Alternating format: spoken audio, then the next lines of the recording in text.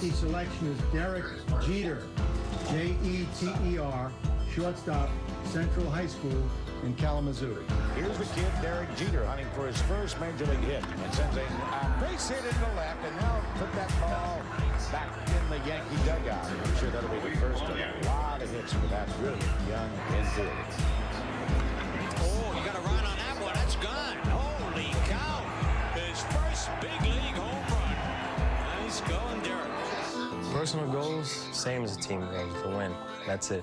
I don't care about anything else but winning. The New York Yankees have won the 1996 World Series. The Yankees have won champion. They have shut out the San Diego Padres. The 1999 New York Yankees, the team of the century, starting the new millennium.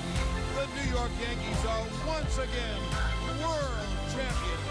Here's a pitch by Jeter, and he gets the out at the plate. A home run by Derek Jeter. He is Mr. November. It goes without saying how great of an honor it is for me to be here and be named the 11th captain in Yankee history. First and foremost, this is your job. You know, this takes priority over everything. Oh, what a play by Derek Jeter. We just want to take this moment to salute you, the greatest fans in the world. For 72 years, Lou Gehrig has been the Yankees' all-time hits leader. Now, it's Derek Jeter. The Yankees are back on top. World champions for the 27th time. 3,000! History with an exclamation point. Derek Jeter has done it in grand style.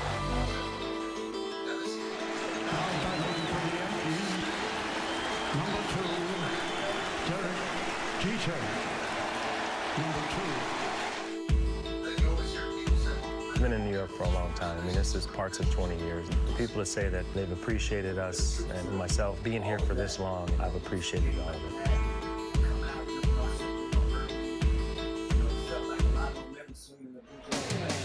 A sellout crowd files into Yankee Stadium to see Derek Jeter play his final game in pinstripes. And it's time for baseball, as the Yes Network presents New York Yankees baseball. It's the New York Yankees against the Baltimore Orioles in the final game of a 4-game set from Yankee Stadium in the Bronx, New York. Hello, everybody, and welcome to Yankees baseball. Along with Ken Singleton, I'm Michael Kay. Yes, there's a game today, but the story is Derek Jeter finishing his illustrious career here in the Bronx. There's so much to say about him. We'll have the entire game to talk about him, but this is a man who did what he set out to do. Win a lot, win 5 world championships, and do it with class, never embarrassing the organization or his name. That's an important thing in this day and age, and Kenny, he's done everything he wanted to do. Yeah, you heard in Derek's words in that opening collage of memories that it's all about the winning, and no player in the history of baseball has done it better than Derek Jeter. As of today, he is 510 games over 500 in his career. No player, well, Lou Gehrig has gotten over the 501, but Derek will finish as the all-time leader, and that makes him the best winner of all time. Again, a lot of stuff to talk about. We'll do it during the game. Derek Jeter playing his final game in the Yankees' home white pinstripes. So many people have things to say about Derek. So many New Yorkers with New York ties. When we come back, we'll hear from some of them talking about Derek Jeter, the captain, before his final game here in the Bronx. If you've been diagnosed with mesothelioma or asbestos lung cancer, choose the right law firm by asking, what are your highest verdicts? What experience do you have? How many lawyers are on staff? How many clients have you represented?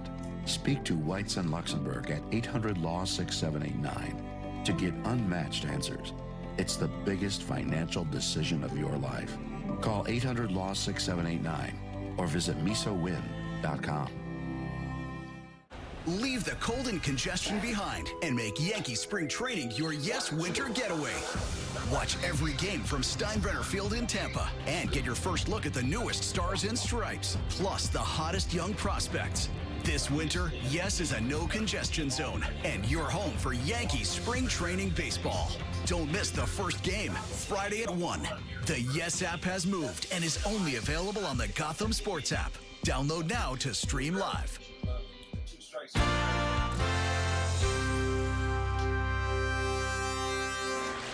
Well, they just played a video tribute to Derek Jeter on the board. The entire Yankee team watching, Derek Jeter watching, and he'll take the field for the final time.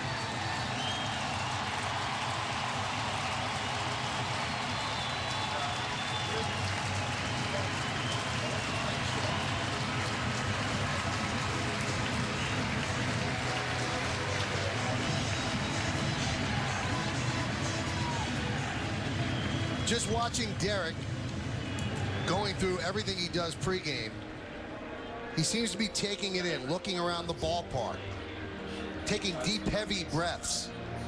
Looks a little bit tired from a long run. This homestand has been a lot of scrutiny under the microscope as well. And we're going to let a lot of this play out for you and try to bring you into the ballpark.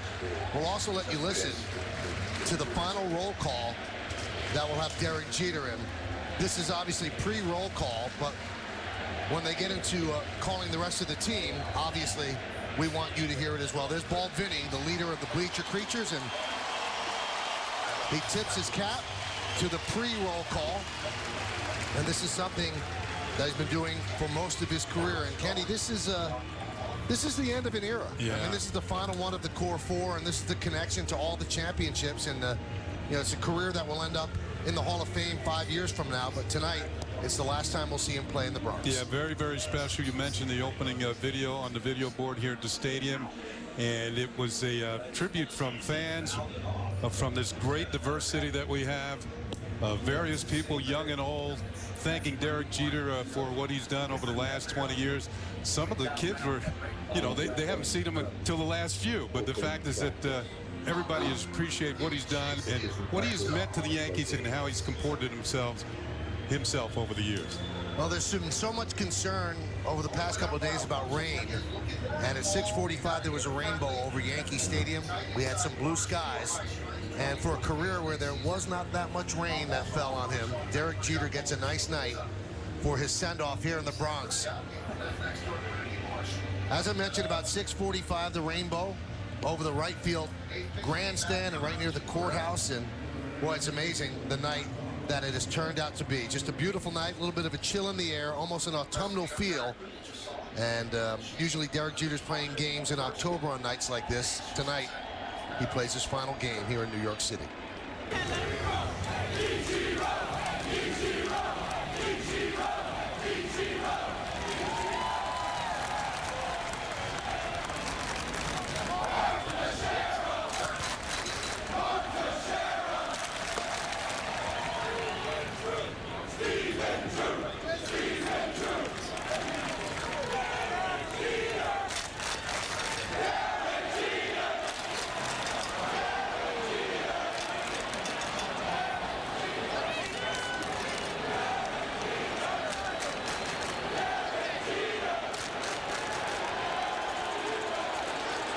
Kenny, that was an awkward roll call for Derek as Nick Markakis hits one out as they were chanting Derek Jeter's name, and he had a wave to the crowd as Markakis was crossing in front of him. Just like that, the Orioles lead 1-0.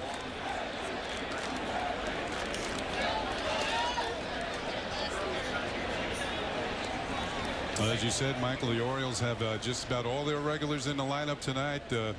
They trail the Angels by 2 games as far as the overall best record in the league is concerned. And why is that important? Because they would have home field advantage throughout the playoffs, and they would also, if they tied the Angels, the Orioles get it because they beat the Angels more time than the Angels beat them this year.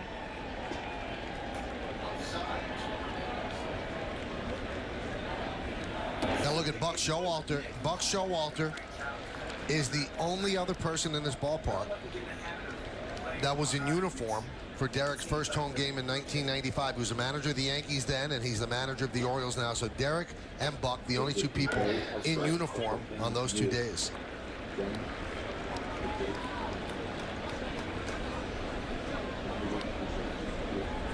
So it's 1-0 O's on Markakis' home run.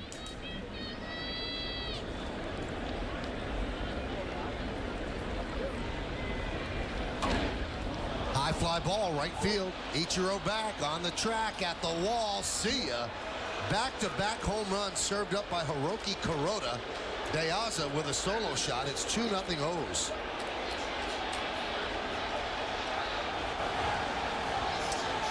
For Diaz, that's his eighth home run of the year, his third with the Orioles.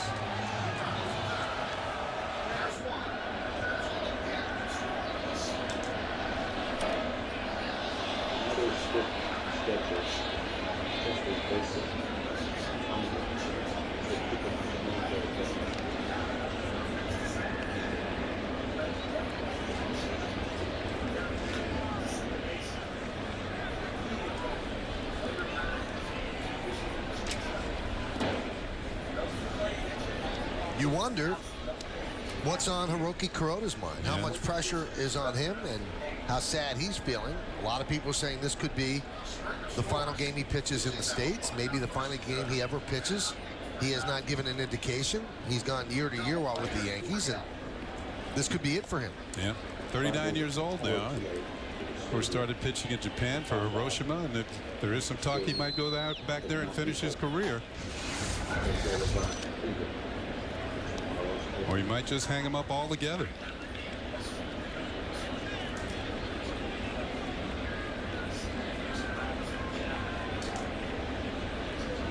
The 1-2. Chopped slowly to third. Headley gets Jones for the first out of the game. All right, let's take a look now at the Orioles starting lineup, which is presented by Chevrolet. Orioles coming at 95 and 63. They've clinched the American League East. We've already seen Nick Markakis lead off, Alejandro Diaz at left, Adam Jones, the center fielder, bats third. Cleaning up the DH, Nelson Cruz. Steve Pearce at first base will bat fifth, batting sixth. Playing shortstop, J.J. Hardy. Kelly Johnson, the second baseman, will bat seventh, batting eighth. Playing third base, Jimmy Paredes. Caleb Joseph will catch, and he's going to bat ninth. So here's Nelson Cruz. Swing and a miss.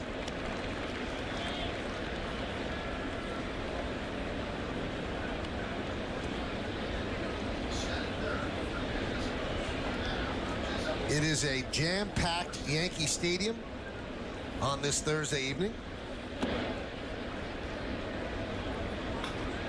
as the fans have come to say goodbye to a Yankee icon. One of the greatest players to ever wear Yankee pinstripes. You put him in whatever position you want, but he's certainly one of the greatest. The 1-1. Fly ball, left field. Chris Young is there. He'll put it away for the second out. Here's Steve Pearce.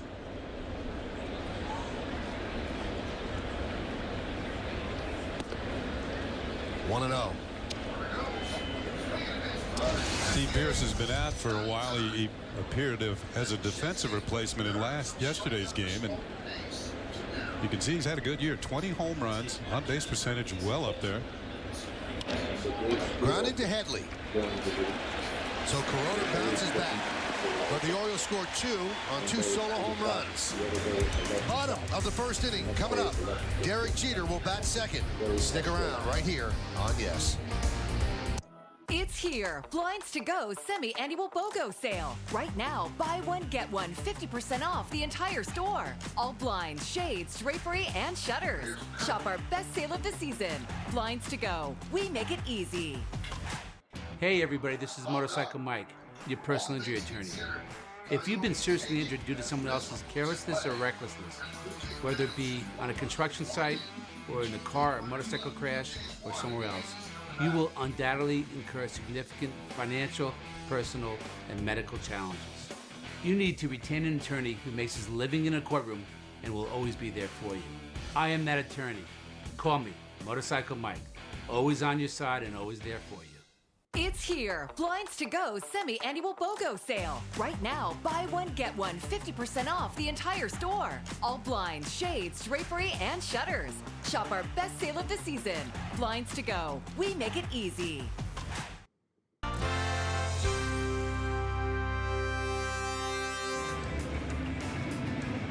So Derek Jeter having some words with fans, and that's something that he's done since he was a kid in 1996, Kenny. He seems like he's not too wired tightly like other players, and he can interact and still concentrate on the game. It's almost as if the moment isn't too big. You know, he can relax and make the fans relax. And I think that's the way they, over the years, they have related to Derek Jeter. I mean, he has fans from 8 to 80, if you will.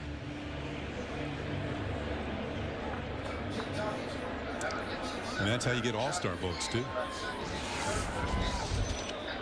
One by one. He's had millions of them.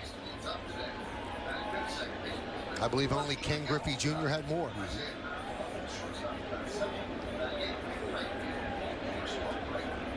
Here's Brett Gardner to start it off against Kevin Gausman. Pitch outside, 1-0. Now, just to warn you, whatever Gardner does, I'm going to lay out, because it's also going to be the last time you hear Bob Shepard introduce Derek Jeter, so we want you to be a part of that as well. 1-1. Yeah, there's such a buzz here at the stadium tonight, Michael. It has. We know there's no postseason for the Yankees this year, but it has that postseason feel to it. And, we've seen that so many times here at the big ballpark in the Bronx, here and across the street.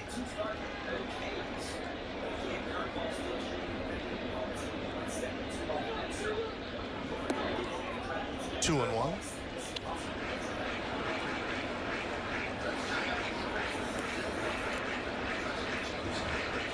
2-0 Orioles on the 2 home runs to open up the game. I was also going to say you had that postseason feel because how many members of the media were here this evening? The 2-1.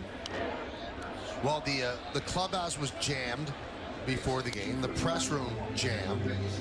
The press box right now doesn't have an open seat. There definitely is an October feel, a big game feel. I had a chance for a few stolen moments to talk with Derek alone. And there's a base hit for Gardner, and that'll bring up Derek Jeter. Now batting for the Yankees, number 2, Derek Jeter. Number 2.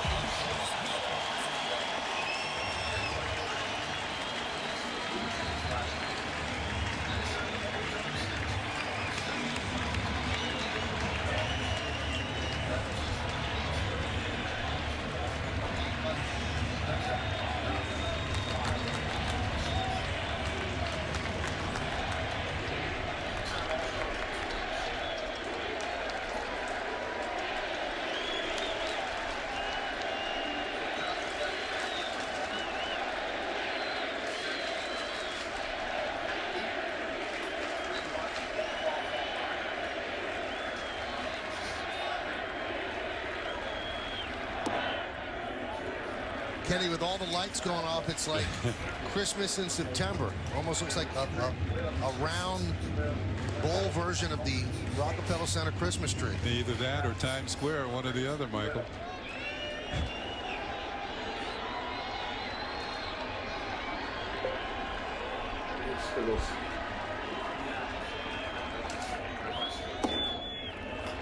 You know, each player realizes that during his career, eventually it's going to have to come to an end. And for most players, or 99.9%, it does not end with this magnitude. A lot of players don't get a chance to call their shot when it's going to end. Some players don't know. Derek called his shot in a Facebook post before the spring training began. Count 3-0 on Jeter. Little Yankee history woven in here. Mickey Mantle's final game at Yankee Stadium was played on September 25th. Today is September 25th.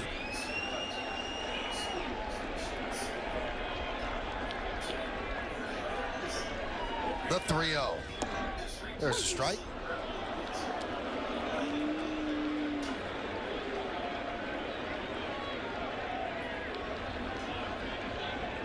Gardner's on first.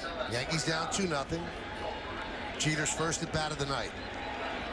Most of the crowd on its feet.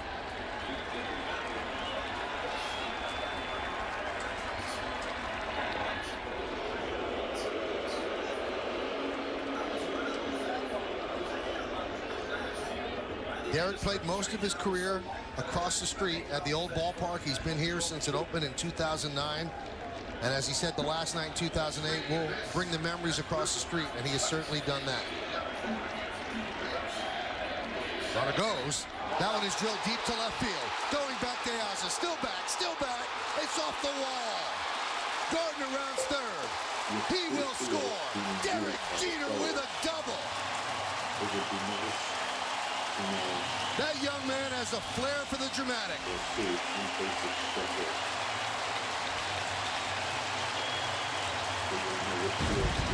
Well, still piling up the numbers.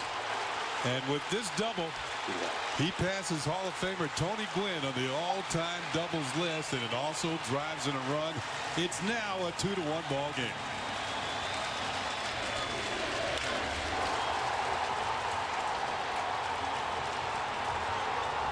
That was very close to being a home run. Yeah.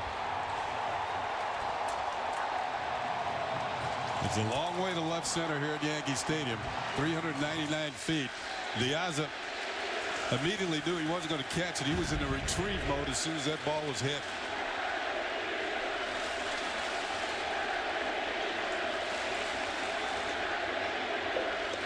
McCann swings and misses.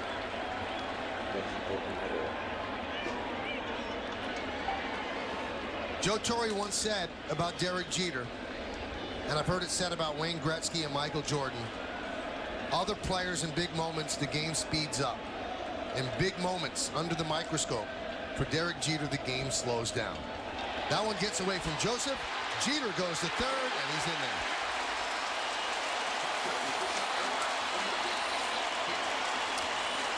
He advances on the wild pitch from Gausman. And the Yankees are now 90 feet away from tying this run, tying this game.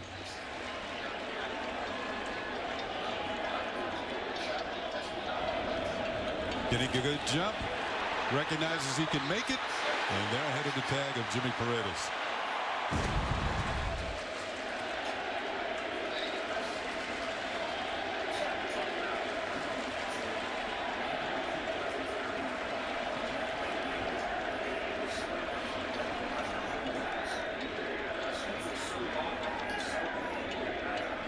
So Caleb Joseph is having some equipment problems with the mask, readjusting the straps.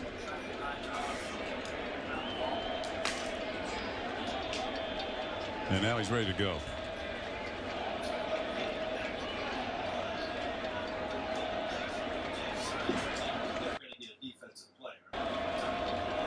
They've seen a lot of amazing things, that family, over the years.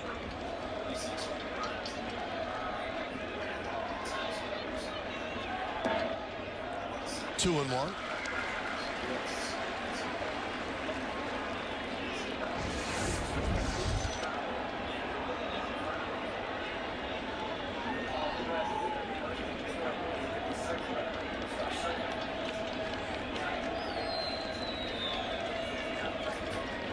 The 2-1 pitch. Hit sharply to short right field. Bubble by Johnson. Jeter scores. McCann reaches. The game is tied at 2.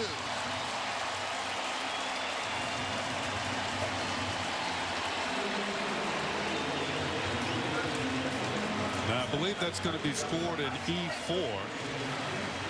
But McCann will get an RBI as the game is tied up at, what do you know, 2. This ball's hit hard.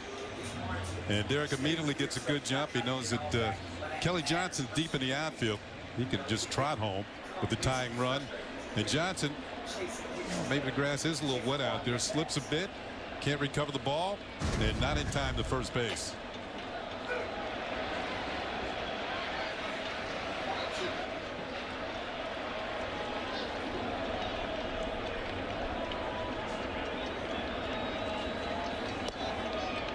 There's a strike. 2 to Shera.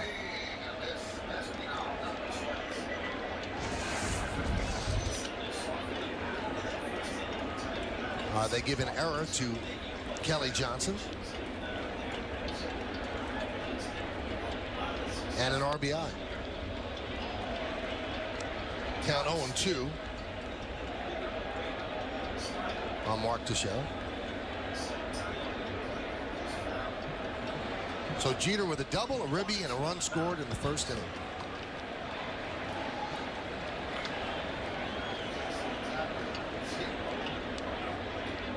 The 0-2. Fouled away. Those very same words have been said on many a night, both across the street and over here at the new Yankee Stadium. A lot of 2s up there on this night.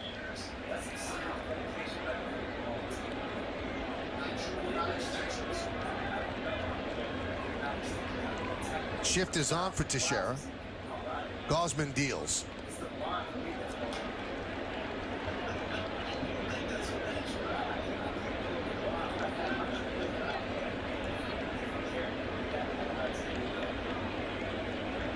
One-two.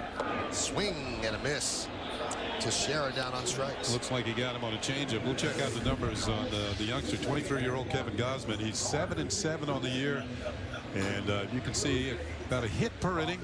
Here's the Orioles go to the playoffs. He is going to be the odd man out of the rotation. They're going to go with Tillman, Norris, Chen, and Gonzalez.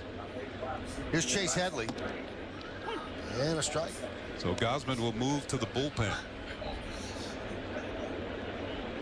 which means somebody in the bullpen will probably be the odd man out when it comes to the postseason.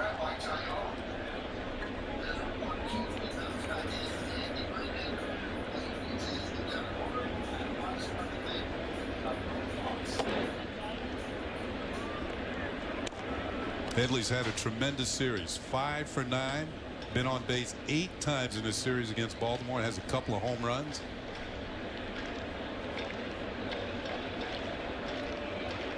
Made some solid defensive plays. He's been doing that all along.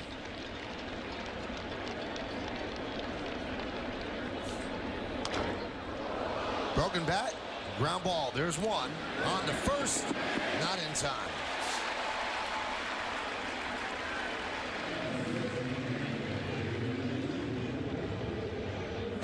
That might have been an off-speed pitch that he hit off the end of the bat. Slow roller. Kelly Johnson to J.J. Hardy and then on to Steve Pearce, but not in time as Headley keeps the inning going by beating the relay. Yeah, it's a changeup, and you can see right off the end of the bat, and that'll snap it. You know, most players these days use bats around 31, 30 ounces, maybe even 32. And if you hit it in the wrong spot, they're just going to give way.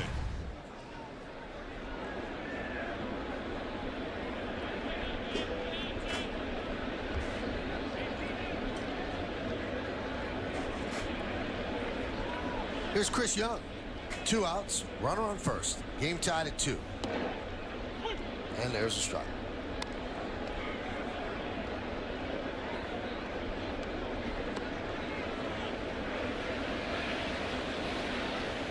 I said something that had Kevin Long smiling.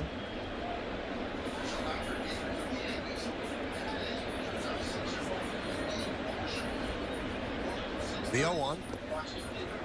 1-1.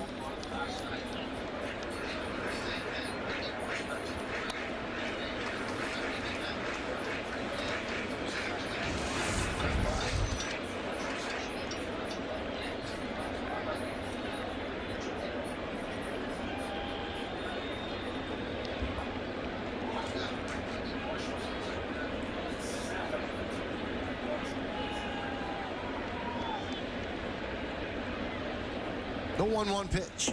Swing and a miss. 1-2. Now, Gausman has a good fastball upwards of 97, but he's more under control when he throws it. Doesn't try and overpower hitters. You know, just he can get up there with a normal delivery and still get it up there 94 miles an hour. He's got a decent breaking ball, and he's working on his changeup. 1-2. He also has a decent splitter. So this young man was worthy of a #1 draft pick by Baltimore. And a couple of years later, in fact, he pitched in the big leagues last year for a little while.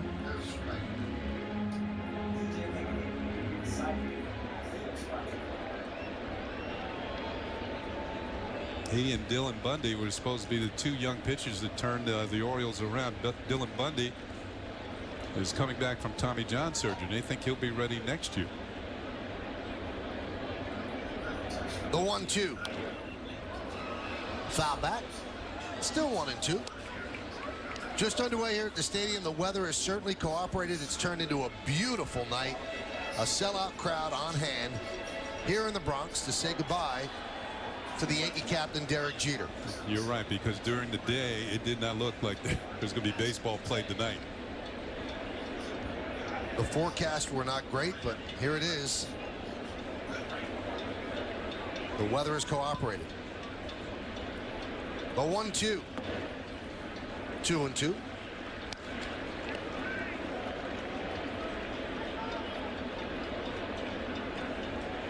Matt Harvey has made his way to pay tribute to Derek Jeter. Obviously a New York Knicks fan.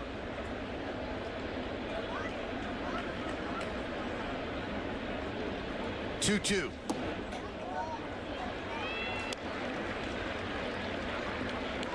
Saw Jay-Z in the crowd. I'm sure a lot of stars have made their way here. 3-2 count, 2 outs. Headley will go from first. This will be the 30th pitch for Gausman.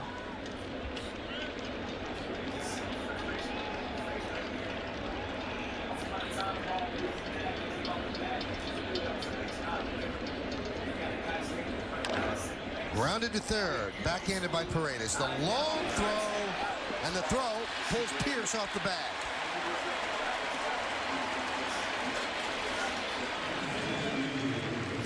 We'll see how they score that. It was not an easy play, but if he makes a good throw, he does get Young. Well, Paredes, when the Orioles have the lead late in ball games and he's playing third, they usually put in a defensive replacement for him. And that throw is going to pull Steve Pierce off the bag. Now, of course, the Orioles are going to miss Manny Machado, who's out with season-ending knee surgery. Machado won the Platinum Glove last year, which represents the best fielder in the league. That's going to be a base hit for Chris Young. So I guess the degree of difficulty, it's Chris Young a base hit.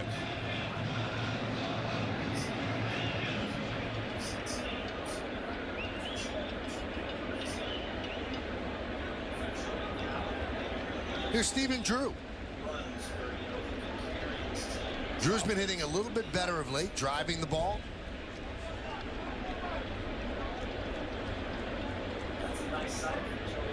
Trying to snap out of a season-long funk. Comes into this game hitting 165. Yeah, he did hit a home run yesterday, though.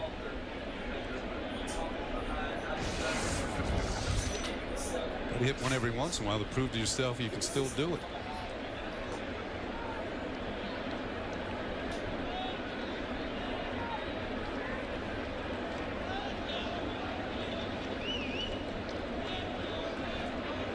The 0-1.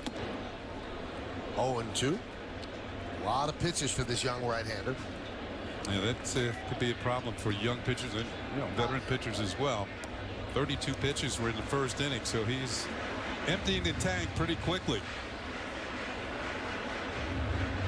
Now, when you have a young pitcher on the mound, they're certainly going to protect his arm.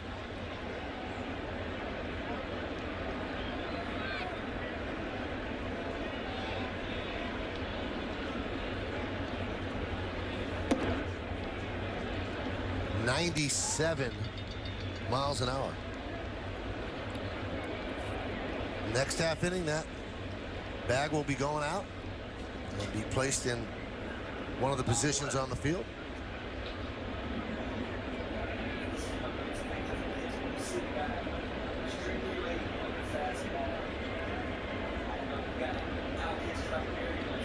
The 1-2.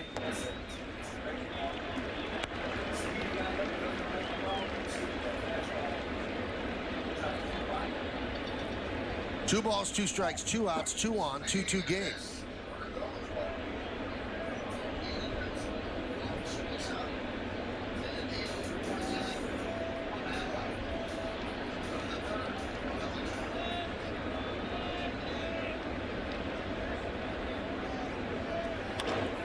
High fly ball, right field.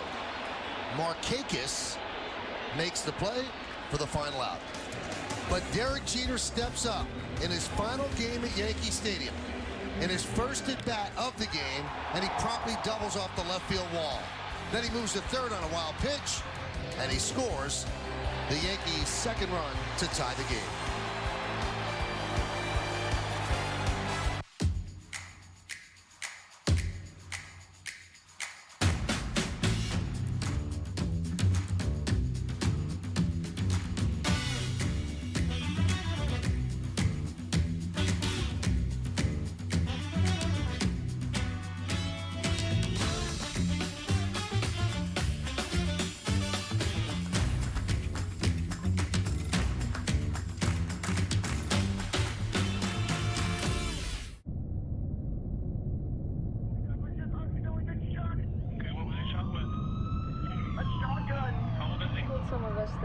dad kept the gun in his closet, and I always talked about it. You know, 12-game shutdown. 14 people dead.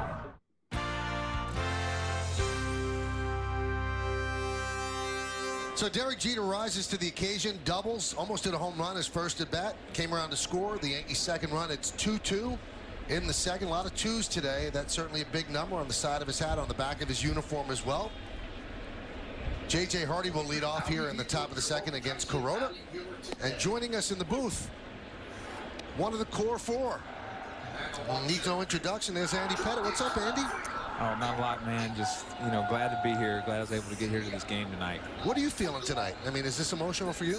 It is. It definitely is. It's sad, just because he's the last one, you know, of what we've called the core four for all these years. And, you know, it's just been such a great player and a great teammate, and it's sad, but it's also, now that I'm retired and home, and it's kind of exciting also, just because, you know, the next chapter of your life, and we can't play this game forever, and hopefully we've got a lot of life to live left, and I know he's going to enjoy it. Yeah, we go from the all-time hit leader in Derek Jeter to the Yankees' all-time strikeout leader in Andy Pettit, and you know, maybe tonight on his home field, Derek can go out the way you did in Houston. You used to play for the Astros. That was a great night. You pitching for the Yankees and winning that game. That was really cool. Yeah. I felt very fortunate to be able to have been able to do that. You know, I would have wanted my last start to be here at Yankee Stadium, and that one was very special for me. But then on the schedule, when I looked at it and I saw we were out of the playoffs, I was like, man, this couldn't have happened any better for me to be able to pitch at home with all my family and friends there and stuff like that. So it was just amazing. And hey, I mean, do you expect any less? Derek almost hit his first at bat. He almost hit a home run. It really shouldn't surprise us. You know, it didn't surprise me at all. This kid's throwing, what, 96, 97 miles an hour. You wouldn't think he'd be able to catch up to a fastball, really. He's usually trying to hit the ball the other way, and he came 2-3 foot from hitting the ball out in the deepest part of the ballpark. It's a shot to get it out there where he hit it. All right, let's go back in time, because you have gone through the system with Derek. Tell me the first time you ever laid eyes on Derek Jeter. When did you meet him? What happened? The first time I met him, it was in Greensboro, North Carolina. We were in A-ball, and I don't remember exactly when during the season he came up, but he got called up from the lower A or from the rookie ball league, and came up. And the first time I met him, the first thing he said to me was like, man, you look just like, I believe he said, you look just like one of my uncles. That's what he told me. And so anyhow, that was the first time we met. And then I've said this story, people are like, what's your first impressions of him? What'd you think? This and that. Obviously, he's a first-round draft pick. And then, you look at him, and I mean, skinny kid, I mean, I don't know how much he weighed, but he probably weighed 125 pounds, it looked like. And he's out there, and I was actually having a really good year at Greensboro that year, and I was feeling pretty confident, feeling pretty good about things. And his first game out there at shortstop, he made a couple of errors behind me, and I remember, as you're pitching, you're kind of like, come on, dude, let's go, making this tough on me here. But he hit a home run that game, I remember, and look, from there, just nothing but success. And he was great then. He hasn't changed a bit in the way he acts, the way he carries himself around, the club, around guys, and it's just been real fun. I wish I could have played with him, in the minor leagues a little bit more. We didn't spend a whole lot of time together. That was our only year in the minor leagues together. Was that year. Well, he made up for those couple of errors. Yeah, over the years. That's for sure. Yeah. Now Derek's filling a lot of columns today. Double, run scored, and he just picked up an E6 on the throw, so he's doing it all today. Oh, yeah, they gave him an error on the Kelly Johnson ground ball. Oh, okay. I didn't see that. They did hesitate for a while. Yeah, that's a tough one to call. Okay, no doubt. Y'all remember, I'm a rookie up here, so I'm locked in to what I'm trying to say. I can't do a whole lot of things at one time. I don't know how y'all do it. Well, if you listen to your partner, then you know how to make it flow. That's the way it works. There you go. Here's Caleb Joseph. He is coming up with 2 outs and a runner on second base. It's a 2-2 game here at Yankee Stadium. Derek Jeter's final game in pinstripes. Now, last year, you and Derek came to get Mariano out. Yeah. And you know what? You made Mariano cry.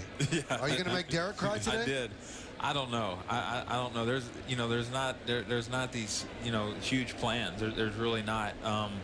I think we're just gonna. I think they just want to see what's gonna happen. Here. I'm sure he'll play this game, and I'm not sure exactly what's going to go on, but I'm just glad to be here and to be part of it.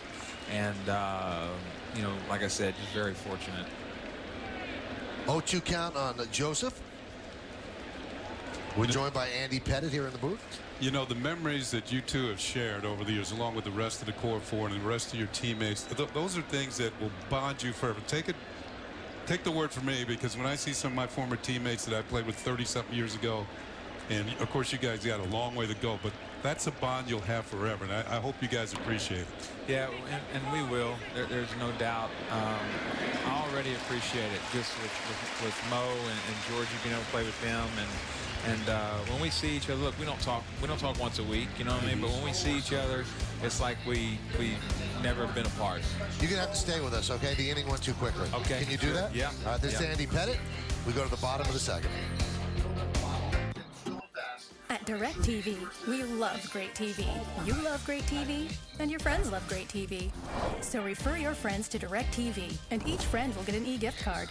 And you can earn up to $500 a year in e-gift cards for referring your friends. Everyone gets the most popular channels with every programming package, and the sports you love from a leader in sports. The more you share, the more you earn. Refer your friends to great TV. Your friends will thank you. Go to directtv.com/refer today. Do you have an idea for an invention, but you don't know what to do next? Call InventHelp. They've been helping inventors for 35 years. Call today for free information. Call 800-867-0280. If your employer doesn't supply health care coverage and you don't qualify for Medicare or Medicaid, you need to give us a call right now.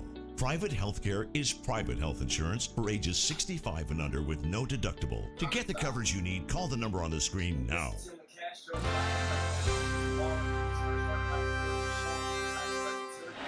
Here's one of the great moments, really, in Yankee history, certainly of last year. Andy Pettit made the signals to the bullpen. Mariano was composed there, but Derek says it's time to go, and then Mariano just collapses onto Andy's shoulder and starts to sob.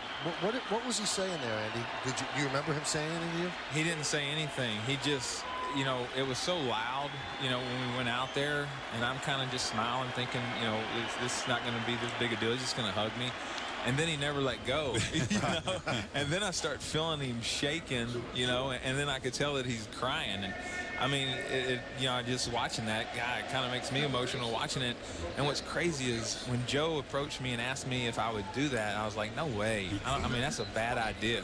I just didn't think it was a good idea. Right. And so, anyhow, Joe tells me, hey, go ask Mo, because I think he ended the inning and he went upstairs. He was upstairs in the training room. His arm was bothering him. He's putting heat on his arm. I'm like, hey man, I think Joe wants to take you out next inning. Are you good with that? And he's just like, he's kind of griping. He's like, y'all just do whatever y'all want to. Do whatever you want to. Really? Yeah. So I told Joe, I said, yeah. So anyhow, I go back to the dugout. I tell Derek what Joe wants to do, and I think he had already knew. And I said, what do you think? And he's like, I don't know, man. And then CC's sitting there, a few other guys were like, oh, that'd be awesome. You got to do it, And so I was like, well, I guess we'll do it. And, man, I'm thankful that I did. I was, like I said, I was thinking, look, we might be showing up the other team. I was worried about that. But so thankful that we went out there and did that. That's one of the tops, one of the top moments. When I'm thinking back on my career, that was really special. They'll be showing that 50 years from now. Yep. Here's Jose Perella with an 0-1 count. We're talking with one of the core four, Andy Pettit. Now, Andy, except for the 3 years you were in Houston, you enjoyed every moment with Derek. Is there one that stands out to you where you go, wow, that's amazing what just happened? You know what? Unfortunately, I missed, when you asked me that, I'm just thinking, I missed his 3,000th hit. I was in Houston when he hit the grand slam. Oh, I'm sorry. I think I was retired. That was the year that I was retired. Yeah. I was retired that year. Yeah, you went back and forth. Yeah, I went back and forth there. So I was retired that year. But now when I just started thinking about this when he took his first at bat. Really, what I'm going to really miss is him being back there behind me when I'm on the mound. And just the little things that we have during the game, that just the little things that we if I'm struggling and just you look back there and I just know he's pulling for me. You know what I'm saying? Or he might come up to me, not even say anything. Or if he's mad about, he just struck out in a big situation or he didn't get a hit, he'll come by me on the mound and he'll just punch me or something. Or just before the game, I'll always turn around and just kind of, give a fist pump to everybody, and he always give a fist pump right back to me whenever I'm pitching and after they throw the ball down to second base. So just little things like that is what you really, really miss. Those are the bonds I'm talking about. Yeah. That's what you really miss. Now, you could look at him, Andy. He's had a great career. Thank God he's had a great life. Is this a day of celebration or a day of sadness? I mean, I think I think it's going to be, for him right now, probably a little bit of sadness, and then just a little bit of I'm looking forward to what's next, what could be next, for him. I think he's in a little bit of different position, than for me, because it was a day of happiness for me, knowing that, man, now I'm going to be free to be able to go and spend some time with my kids during the course of a season, that I never had the opportunity to. So, and I know Derek, I'm sure, and I know you think he's talked about it, would maybe want to get married, want to have kids one day, and do that. So that's something that, that he has to look forward to also, that next chapter, Well, everybody has to graduate at one time or another, unfortunately. The memories that Derek Jeter's presented, the memories you presented to Yankee fans, that I'm sure they appreciate it every time you're walking down the street here in New York. It's amazing. I mean, it really is. As soon as I, got off the airplane this morning, and really, when I'm in Houston, it's not a big deal. I mean, people, I think they know who I am. They'll say hi and pretty much leave me alone. I mean, when I stepped off that airplane, people are yelling at you in the terminal. I mean, they're wanting to take pictures with you. It's just completely different up here, and the fans really appreciate it. And we appreciate the fans. And like I said, this is a tough place to play. But for me personally, I feel like it kept me grounded, it kept me humble. Because they let you know, and then also the way the Steinbrenners ran this organization, the way George ran things when he was alive, you knew that someone was going to take your job if you didn't get the job done, and it just makes you appreciate it every day and makes you work super, super hard, and that stuff got instilled in us and was grounded in us, and that was just that was all we knew, 2 balls, 2 strikes, 2 outs, 2-2 game. Brett Gardner at the plate, and the pitch. Foul back. Now, I spoke with you earlier today, and you kind of surprised me, Andy. There's still that pull to pitch. I mean, if you could go out there without the spring training and leaving your family, you'd want to pitch. I would. There's no doubt. I'd want to go out there. And again, I don't know if it'll ever go away, but I don't know if it's just mentally or if it's just me or what, but I can just feel myself out there when I start talking about it. Really? It's crazy. I could feel if a hitter's up there, and this is only when I get around it, because at home, like, I hate to say it, I don't even really have a chance to watch baseball. I'm at football practice with my little guy. I'm coaching his football team and stuff like that. You don't get home.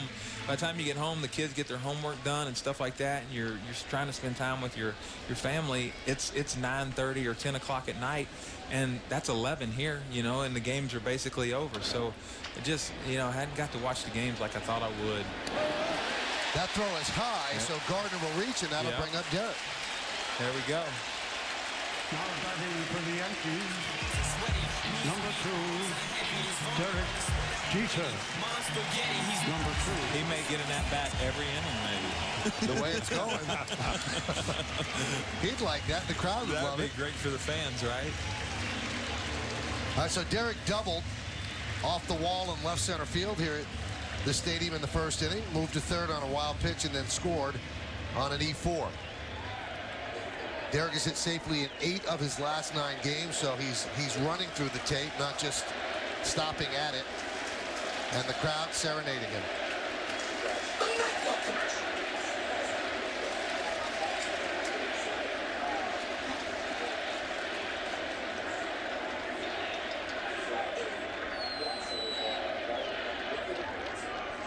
And the pitch.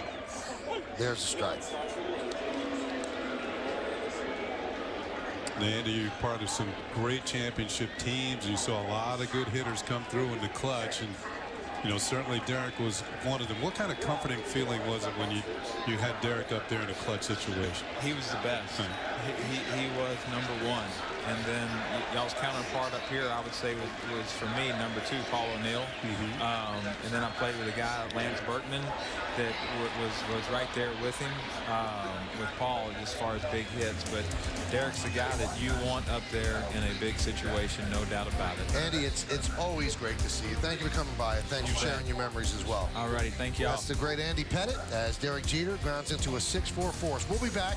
We're here at Yankee Stadium. Derek Jeter's final game in pinstripes. It's 2-2, Yankees and the O's here on Yes.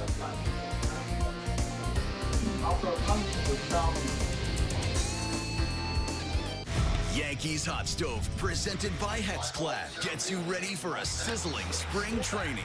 You might see something in spring training that you'll talk about during the World Series. Yankees Hot Stove, tomorrow at 7 on Yes and the Gotham Sports app. Presented by Hexclad. The Yes app has moved and is only available on the Gotham Sports app. Leave the cold and congestion behind and make Yankee spring training your Yes winter getaway. Watch every game from Steinbrenner Field in Tampa and get your first look at the newest Stars and Stripes, plus the hottest young prospects. This winter, Yes is a no congestion zone, and you're home for Yankees spring training baseball. Don't miss the first game, Friday at 1. The Yes app has moved and is only available on the Gotham Sports app. Download now to stream live.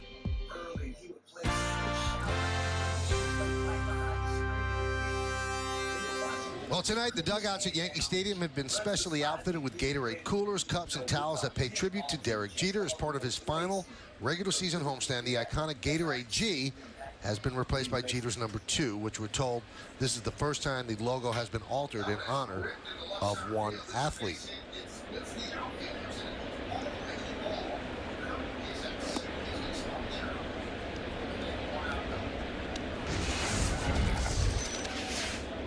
Well, Nick Markakis really ruined the moment in the first inning during roll call, and there just got around to Derek Jeter's name, and he hits one into the seats in right field to kind of pierce that sound.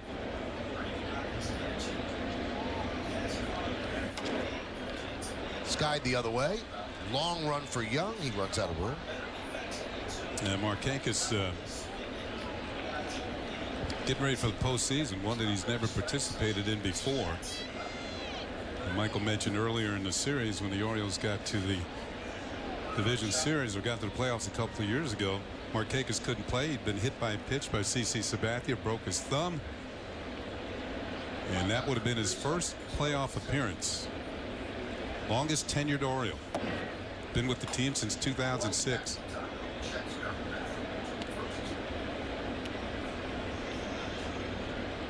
There is CC. Again.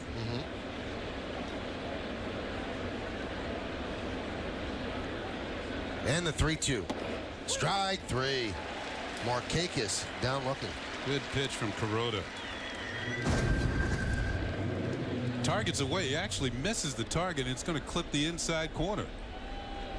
And it's a two-seam fastball. It kind of has that movement. Markakis gives up on it like a lot of left-handed hitters do, and immediately he knew the result. He was headed back to the dugout. Strikeout #2 for Kuroda tonight.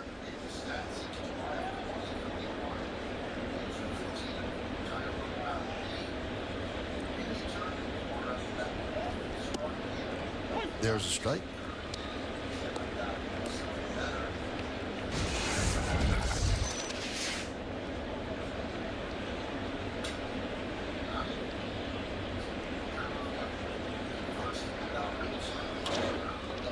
There's a base hit up the middle for Alejandro De Aza.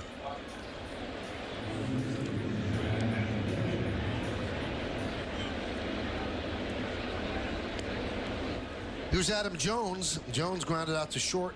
Check that. Grounded out to third. That was in the first inning. Jones having another very good season for Baltimore. One of the bigger run producers. 93 runs batted in. Last year he had a career high 108. He's going to have to go some. Get 100 this year. The Orioles, after they leave here tonight, they're on their way to Toronto to finish up the regular season.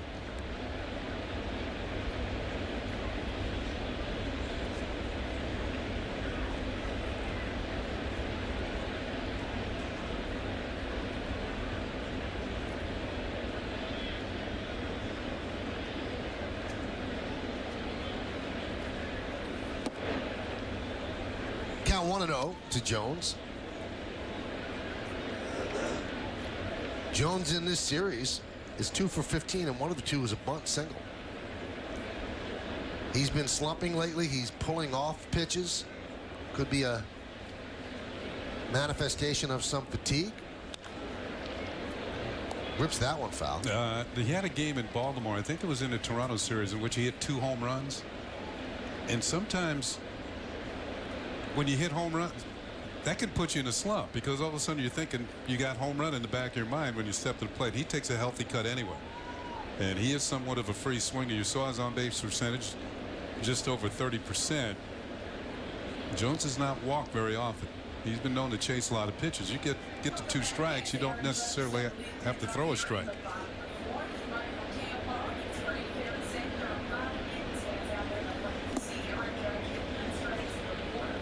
Two and one.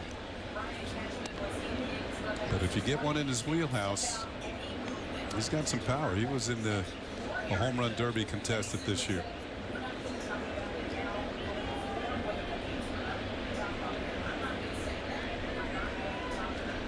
He's one of the leaders of this Oriole team.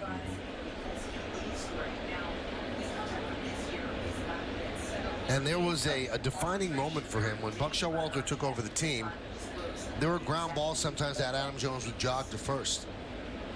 Buck called him into his office, put a tape in, showed him jogging to first. He said, "Is that the player you want to be? Is that the player you want everybody to see? Because you have a chance to be great. That's not how you become great." And it hit home. And now he runs hard all the time. He's one of the leaders of this club. That one's grounded up the middle. Jeter makes the play. Flips the second one on to first. Not in time. Well, Jones had to run that hard that time just to avoid being doubled up. Jeter to his left. Nice little backhand flip to Stephen Drew. The throw to first.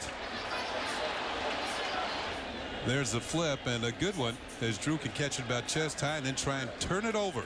And his left foot on the base, then fires the first. Yankees are challenging this, Kenny. They think that they got Jones, and I think they might have.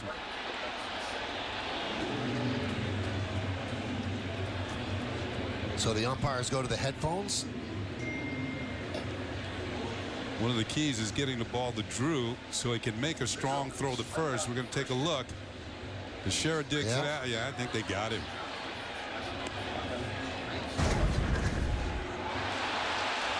Crowd reacts. They just saw it on the center field scoreboard. The umpires are looking at it as well, but it's not their call now. Once it's challenged, it's the call of the umpires back at Baseball Advanced Media.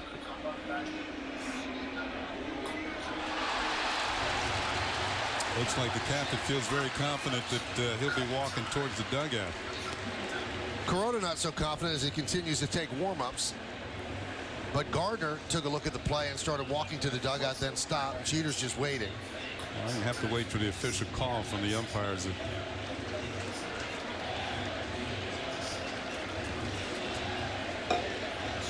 You got to remember, the fans might see 1 or 2 angles. The umpires are going over all kinds of angles to check the play out. Well, the umpire's taking the headsets off, and they say he's out. It's a double play. Nice play by Jeter to start a 6-4-3 inning-ending double play. We go to the bottom of the third. There's something to smile about.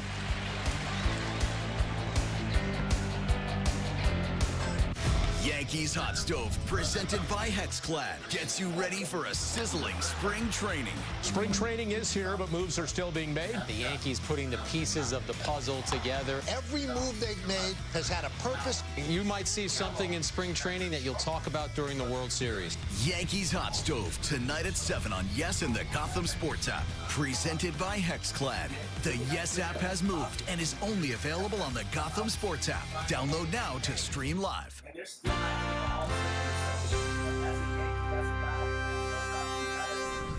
It's time right now for the all-time Major League Baseball hits leaders. Pete Rose is first. Ty Cobb second. Number 3, Henry Aaron. Fourth on the list, Stan the Man. Number 5, Tris Speaker. And number 6, Derek Sanderson Jeter. Of all the stats, the one that really resonates with me, Kenny, I mean, you could make stats do whatever you want them to do. But this is a game where you get hits, things usually go well. Of all the tens of thousands of men that have played baseball, only 5 men have had more hits than Derek Jeter. That's a pretty impressive stat.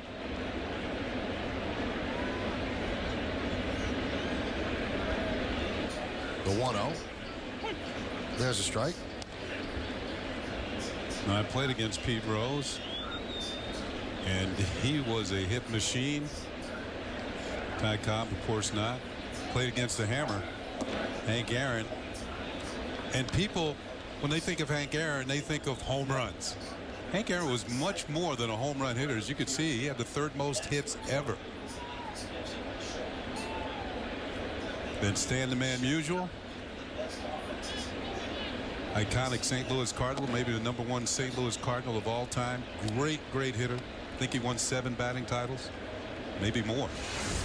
And Tris Speaker, probably the least known of the 5 ahead of Derek Jeter, was a great center fielder back in his day. Probably the best fielding center fielder. He was a Gray Eagle. That's what he was called. And also, when you look, a tremendous hitter. The all-time doubles leader. Hardy is called off by Diaz, who almost dropped the ball, but McCann is retired. So those are some big-time names just ahead of Derek Jeter on the all-time list. And Derek also has 3,370 hits as a shortstop, more than any other shortstop. Yeah, Musial indeed had 7 batting titles in his career.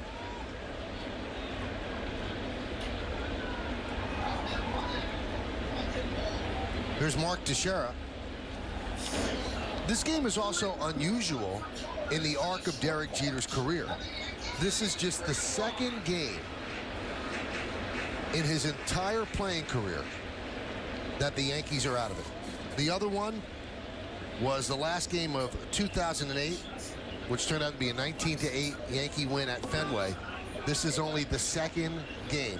And the first game he's ever played in the Bronx where the Yankees were not at least mathematically alive. So the first real meaningless game, but he adds meaning to it because it's his final game.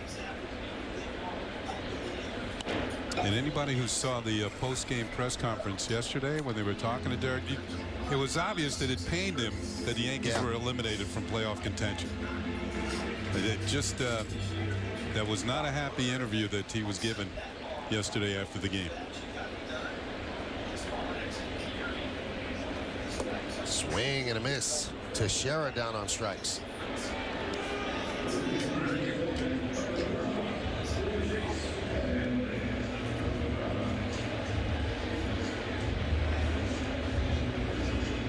Interesting note from Aaron Gleeman of NBC Hardball Talk. Jeter was the Rookie of the Year, Kenny, in 1996. The runner-up was James Baldwin, who last pitched in 2005. The 3rd place finisher for Rookie of the Year was Tony Clark, who's now the head of the Major League Baseball Players Association.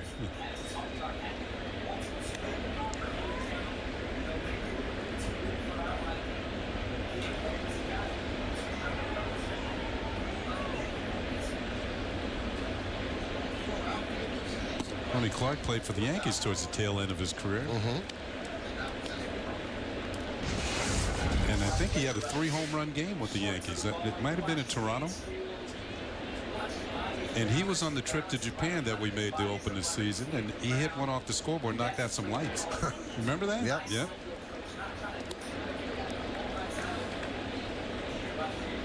Tony, a pretty powerful switch hitter.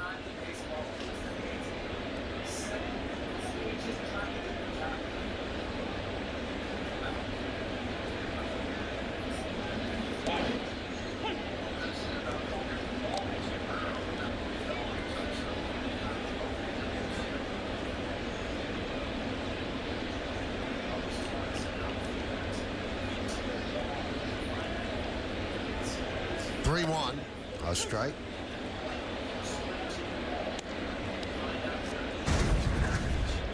We'll take another look at this one as Gausman dots the outside corner. Good reception by Caleb Joseph, kind of holding the glove there so Adam Hamari can get a good look at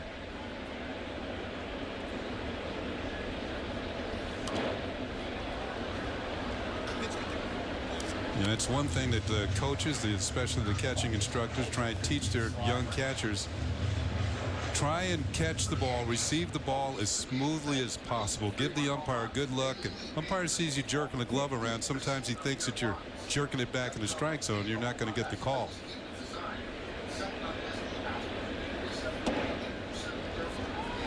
And a walk to Headley.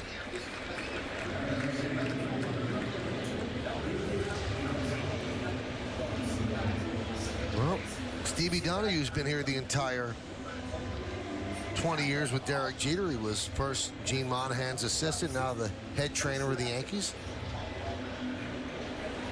Yeah, that 3-home run game for Tony Clark was August 28, 2004 at Toronto.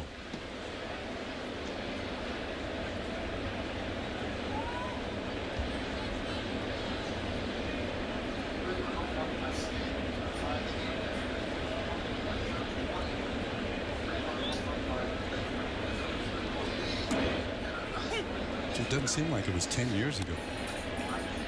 Time's flying. Oh, my goodness.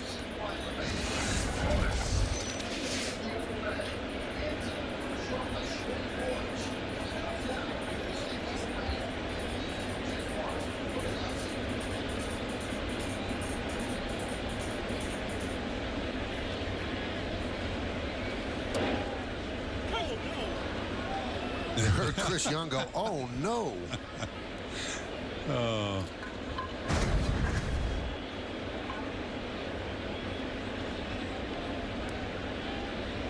Well, it was a strike.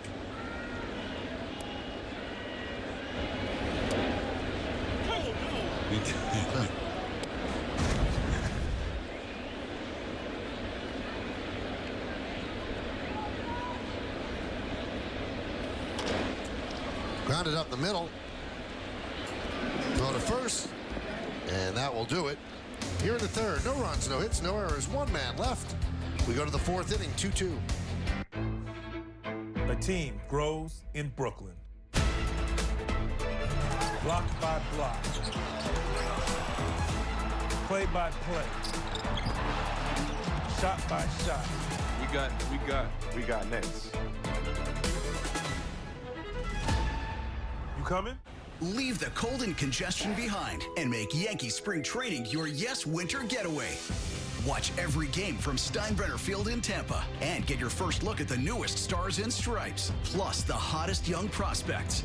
This winter, Yes is a no congestion zone and you're home for Yankee spring training baseball. Don't miss the first game, Friday at 1. The Yes app has moved and is only available on the Gotham Sports app. Download now to stream live.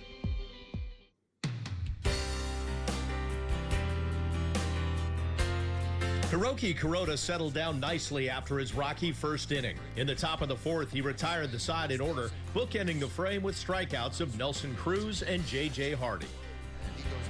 Kevin Gausman kept pace, retiring Stephen Drew, Ichiro, and Jose Perella in order. Kuroda's top of the fifth mirrored his previous frame, striking out Kelly Johnson, getting Jimmy Paredes to ground out, and then ending the inning with a strikeout of Caleb Joseph.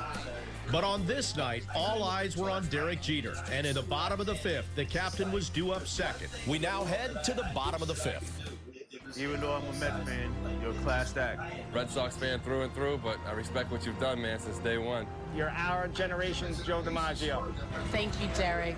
Thank you, Derek. Thank you, Captain. Gracias, Capitan. Thank you, Jeet. Thank you, Mr. Gio. Thanks, man. Thanks for the memories. Thank you for representing New York. See you later, Cap. From the bottom of my heart, thank you, fans. And tonight, a sellout crowd at Yankee Stadium here to say thank you and goodbye to Derek Jeter. He'll come up second in this inning. Brett Gardner leads it off. It's a 2-2 game. Jeter is 1 for 2 so far tonight. And there's a strike to Gardner. Gardner singled in the first inning, single to right field. And he was the one that scored on the following double by the captain.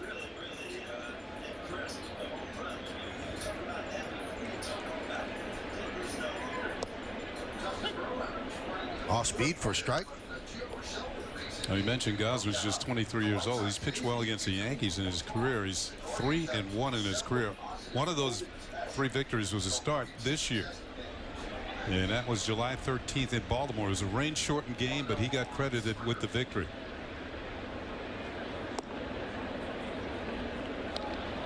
And he also started the first game of the doubleheader on September 12th. Do you remember that day-night doubleheader we did, Michael? Yeah, oh yeah. It was a long day. 7 innings, 7 hits, no runs, 2 walks, 7 strikeouts. Baltimore won that one 2-1 in 11 innings. After the Yankees had taken a 1-0 lead on the home run by Chris Young in the top half of the inning.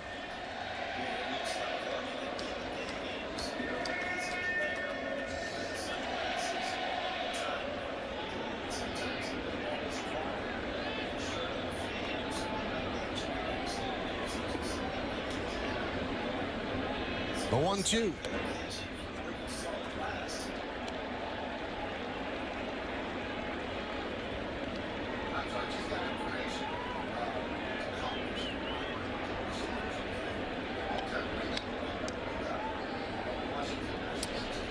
It appears that the looking at the P72 Jeter has used, the only bat he's ever used. That model, P72. And Gardner swings and misses. That'll bring up Jeter.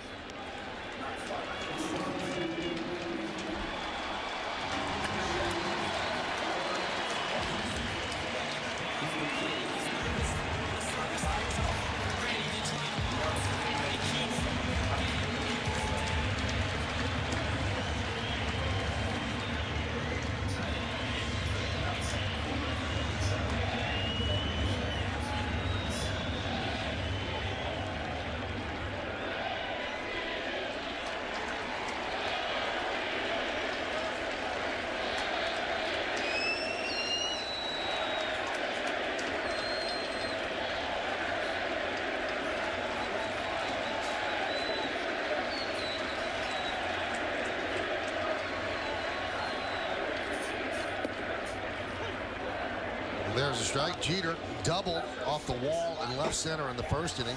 Pick up an RBI. Came around to score later in the inning. Grounded into a 6-4 force in the second. Facing a pitcher who was 4 years old when Jeter made his major league debut on May 29, 1995. Ripped foul. Hanging breaking ball, and Catton a little too quick on that one. Although he's been quick this whole homestand. He's had, I think he's had 4 doubles on this homestand. Breaking ball hangs and he rips it.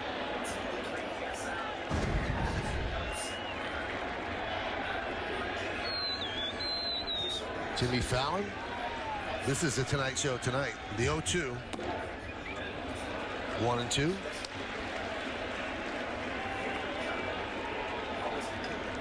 They've been here for the whole ride.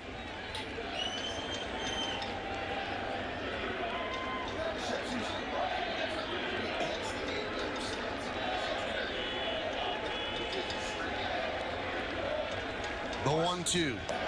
Swing and a miss. Jeter down on strikes.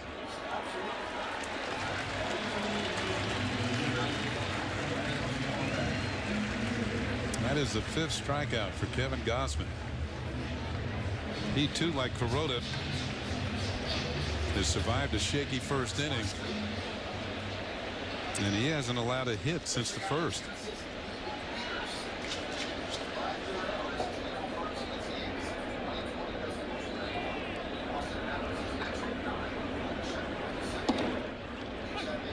And a strike to Brian McCann. McCann reached on an E4 in the first, got a ribby on that. And then a fly ball to left.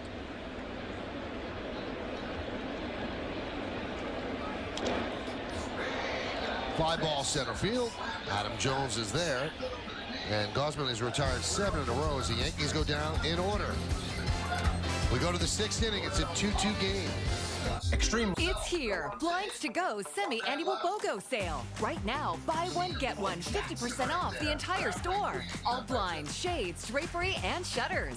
Shop our best sale of the season. Blinds to Go. We make it easy. Join, discover, want to serve with a purpose, take the test. If you're thinking about joining the Department of Correction, join. I truly believe that I should have made this decision 10 years ago.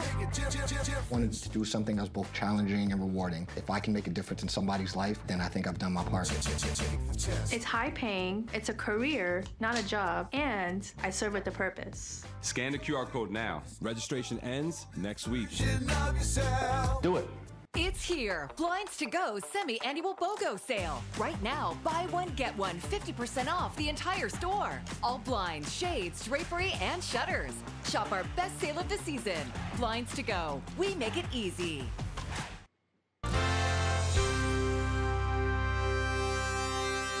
On Derek Jeter's career, he's won 5 World Series, and his postseason numbers tell a story all their own. He's had a full season of postseason, 158 games, 200 hits, most all-time, 111 runs, most all-time, third in home runs with 20, and fourth in ribbies with 61. 158 games, 4 short of a full season just in postseason.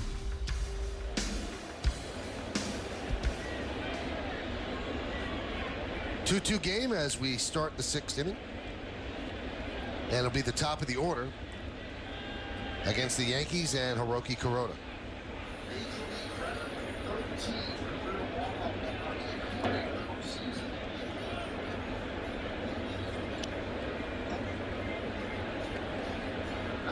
Now you look at those numbers, and to me, I always thought postseason is where you find out who are the real players under the big-time pressure.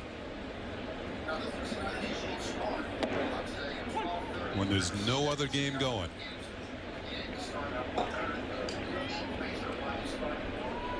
And Derek, Mariano, Paul O'Neill, Jorge Posada. Players like that were real players. I don't want to leave any. I know I've left some guys out, but those are real baseball players. We had one in here tonight, Andy Pettit. Those guys got the job done when it counted the most and under the most pressure for the whole world to see.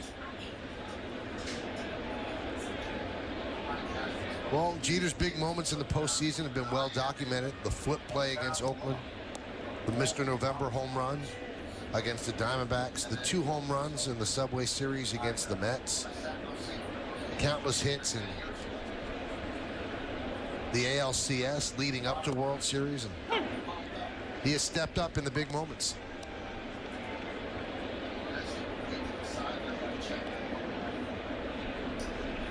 And the thing about him is some players will shy away from that spotlight and hope, gee, I hope I'm not up in a big situation. He wants the ball hit to him. He wants to be up in the biggest situation. He doesn't always succeed.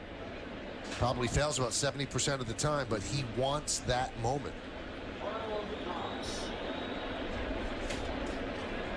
Which is a far cry from when he was in the minor leagues and he made 56 errors as De Aza hits one deep to right. Ichiro runs it down, and he said at that time he was just hoping, please don't hit the ball to me. But times have changed. Well, minor leagues are where you're supposed to work out all your problems and become a better and better player each year, and eventually stepped into the American League, became Rookie of the Year, and then went from there. They got a taste of action in '95 when Buck Showalter was a Yankee manager. Was kept around the team during that first round series against the Seattle Mariners. He wasn't active, but Yankees wanted him to see what it was all about, what they were playing for.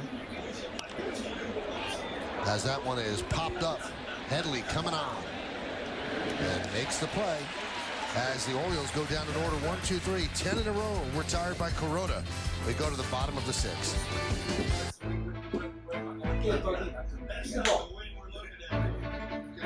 The team grows in Brooklyn. Board by board. Block by block. Play by play. Shot by shot. We got Nets. You coming?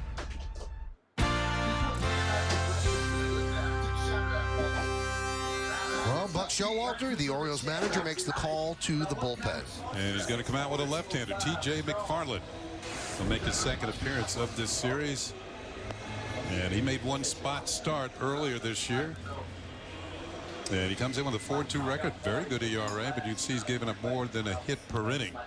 And opponents are batting .304 against him. And I mentioned some of the Yankees who have made great impression in the postseason. I left one out. And I certainly don't want to leave this gentleman out because he made an impression on me coming all the way from Japan, Hideki Matsui, who I thought was, during his time with the Yankees, is one of the best clutch hitters I ever saw. So Hideki came through big time in the big moments. Mark Teixeira leads off. Takes a pitch low, 1-0. Teixeira, Headley, and Young. Teixeira struck out twice against Gausman.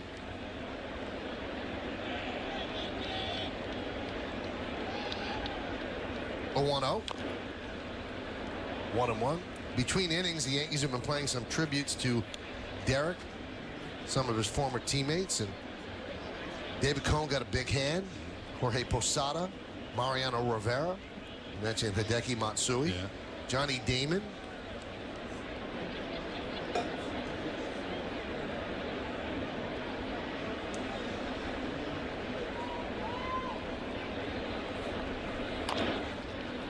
Chopped to short, Hardy for the first out. Maybe not some of the flash and dash you see some from the other shortstops in the league, but Hardy's a two-time Gold Glove winner. Very steady. Kind of reminds me of the Blade, Mark Belanger. The late Mark Belanger.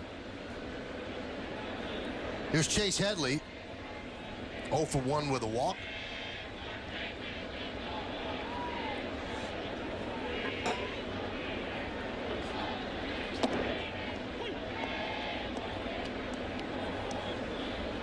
Count 0-1.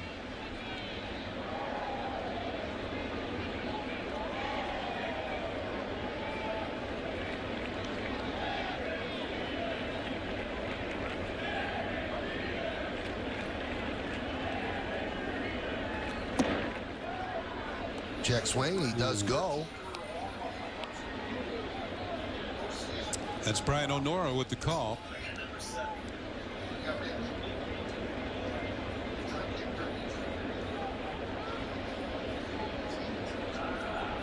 I mentioned Headley's had a good series with the walk earlier in this game. He's been on base 9 times.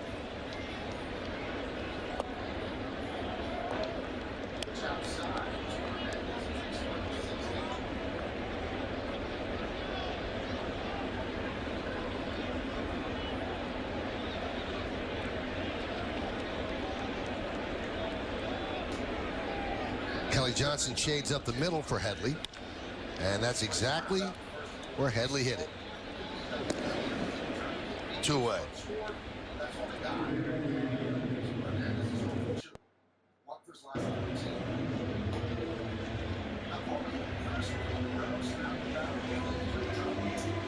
That's going to bring up Chris Young. He's 1 for 2. Chris Young, to me, is a very interesting player, right? He's got some tools. He's capable of playing all 3 outfield positions. He's got some speed, and you've seen it in his past numbers. He's got power. 2 years just hasn't translated into numbers. The tools are there. Somebody's going to have to unlock the toolbox and get him going. Well, coming off this year, you wonder who's going to take that chance. Now, he has finished okay with the Yankees, but really didn't give the Mets what they expected for their investment. So, is there a team out there? Maybe at a low price there is. And all of the guys that I've worked with up here have noticed the bat speed. You can't teach that.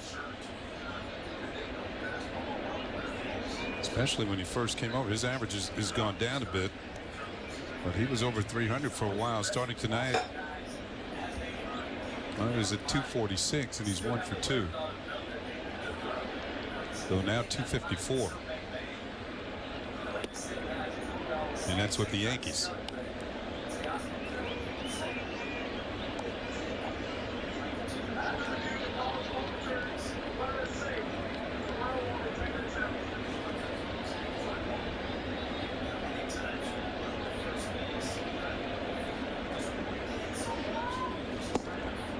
Two and two. Change up from McFarland.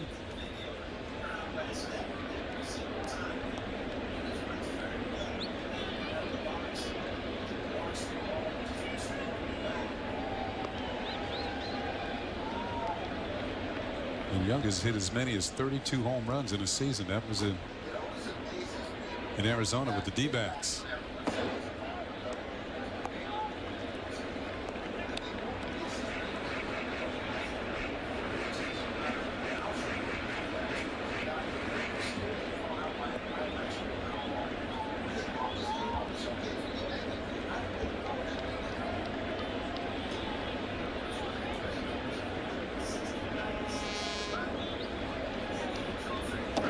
Strike three.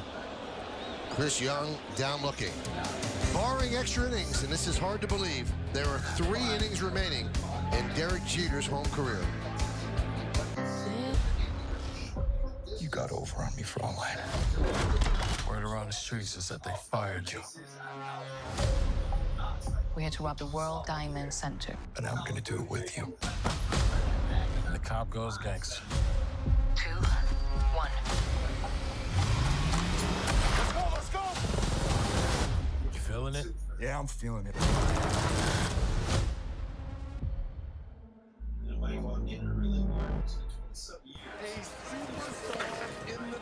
And this is... This? Oh, you mean this? This is how I watch the Bucks, Thunder, the Wolves. Not missing a thing. We just got NBA League Pass. You can pick from so many live games and get home and away streams with your favorite announcers. Not missing a thing. But can it do this? Bang! Bang! Nope.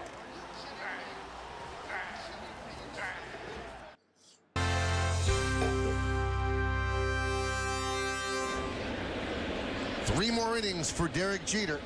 As he gets ready at shortstop, Nelson Cruz leads off the 7th with the game tied at 2. Foul back.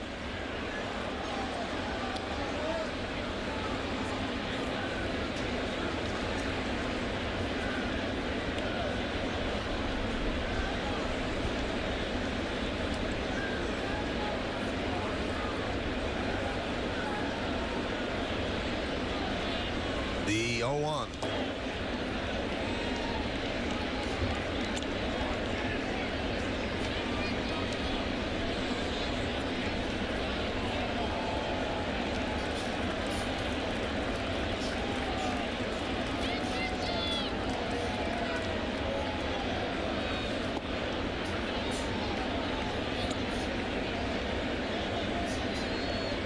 Two and 1 on Cruz. Cruz is 0 for 2 against Corona. Fly ball to left and a strikeout.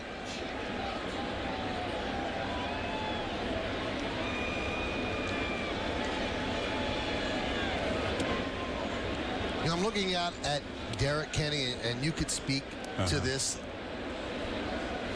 He was drafted by the Yankees as a teenager. He's only seen success. He has had an unbelievable run. He's one of the lucky ones that goes to work and enjoys his job, loves his job, dreamed about having this specific job as he guns down Nelson Cruz. And tonight is the last time that he goes to the home office. 3 more games in Boston, but he's been doing this since he was before teenage years, and it ends on Sunday. It's got to be difficult, Kenny. Yeah, you know, this is unlike other jobs where you can do them and retire when you're in your 60s. Right. This is one where when you start it, you know that it's going to end when you're a relatively young man. And there's you know, there's a lot of years in between the time you might completely retire. So you got to think of other things to do. And that's why some of the wishes from his former teammates said, enjoy your retirement. You know, he's done it at one position for one franchise. Never played another position in the field. And you know, there were times when people, oh, when he gets older, they're going to move him out to the outfield. Or they're going to move him to first base. Well, none of that happened. He's finishing his career where it started. And I think that's extraordinary. And for one team. Yeah. The 1-1. And you wonder, as he stands out there and looks around right now he's looking out to the outfield, is he thinking about the sands through the hourglass, that this is it, that this is the last time he's going to have this cool job and wear that cool pinstripe suit? Sharp-dressed man.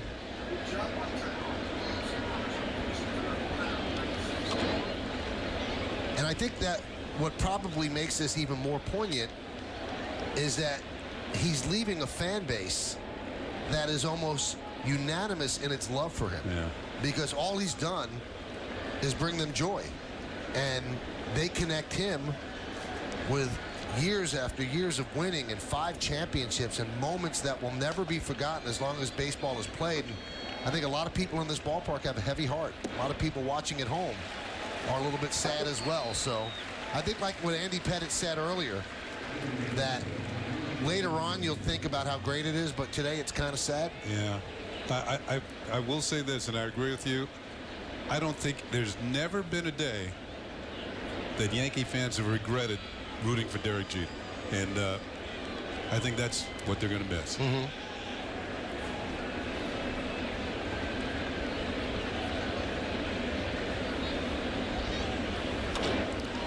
J.J. Hardy hits one deep to left field. Young back.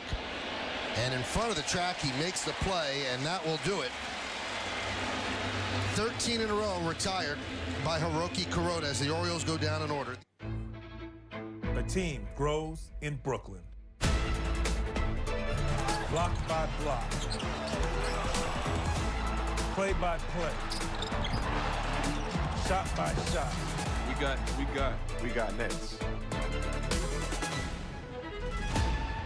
You coming? Leave the cold and congestion behind and make Yankee spring training your yes winter getaway. Watch every game from Steinbrenner Field in Tampa and get your first look at the newest stars and stripes, plus the hottest young prospects. This winter, yes is a no congestion zone, and you're home for Yankees spring training baseball. Don't miss the first game, Friday at 1. The Yes app has moved and is only available on the Gotham Sports app. Download now to stream live.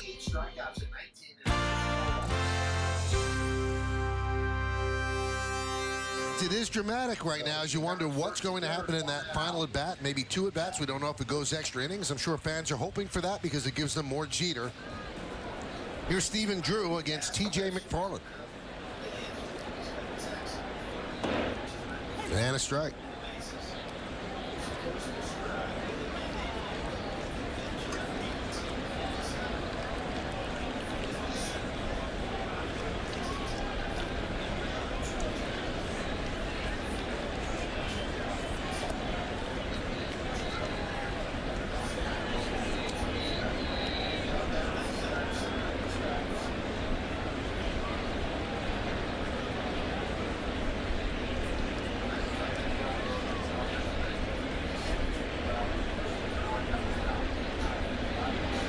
Shift is on. 3 infielders on the right side.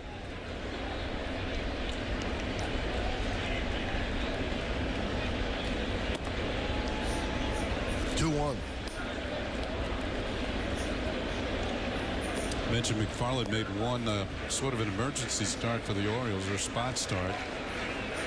And that was on July 1st against Texas. He worked 5 innings that game, got the win. First ever win as a starter.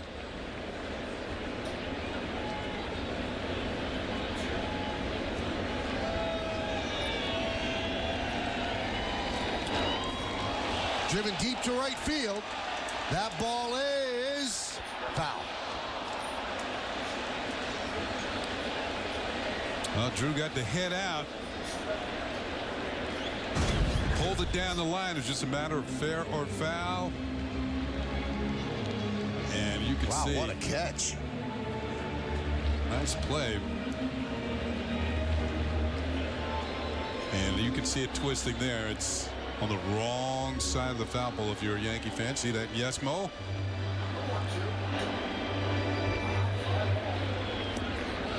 What a play. Wow. Lucky he didn't tumble over.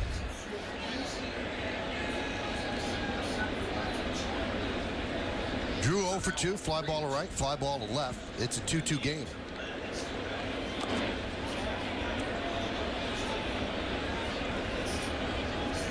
Fouled it off his foot. He's going to walk this one off.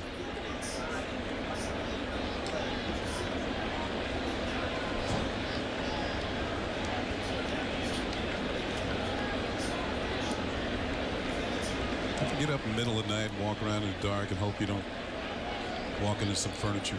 You know, that's what that kind of feels like. You stub your toe on the bedpost. Never good. No. Then you tell yourself, I should have turned the light on.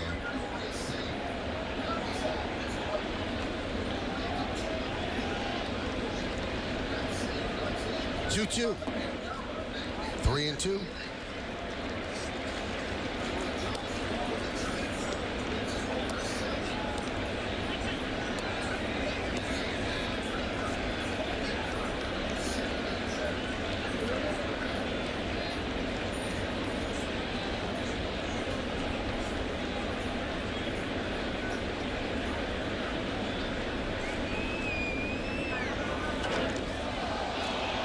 Another foul ball.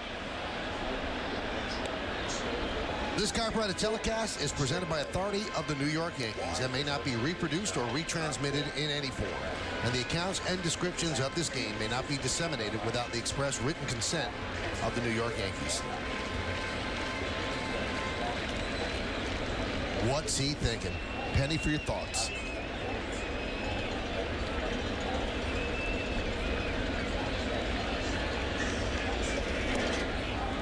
Swing and a miss. The ball gets by Joseph. Drew hustling to first to make it.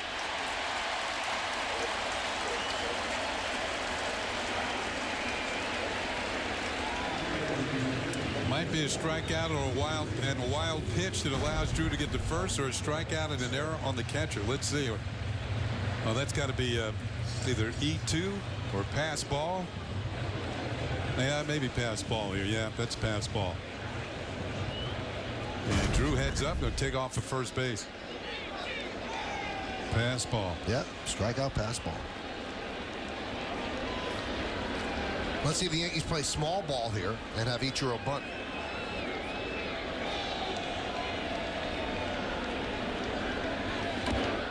And he bunts. Foul up the third baseline. If I'm Ichiro, I'm going to bunt it towards the third baseman Paredes. He has shown that he is kind of a scatter arm, and tonight he had one error. And he had another throw that was kind of wide of the bag.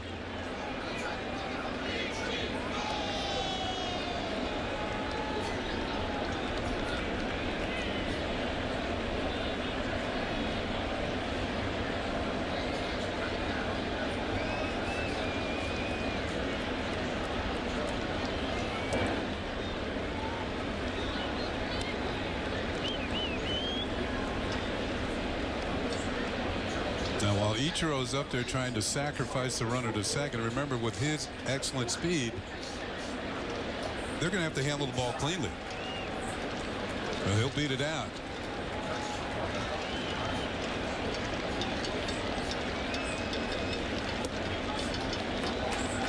Two and one. At first, McFarland has to throw a strike.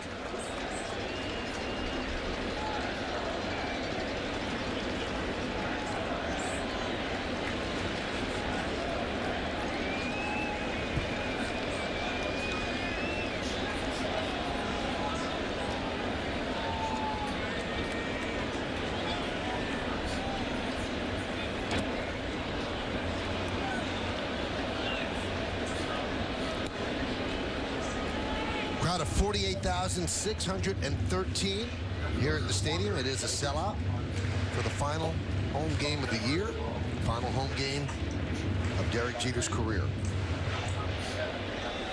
And it's the biggest attendance of the season.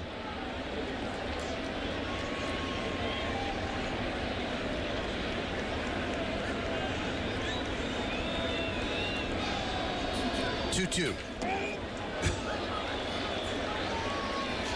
Ichiro let out a grunt as it just missed him. Let's listen.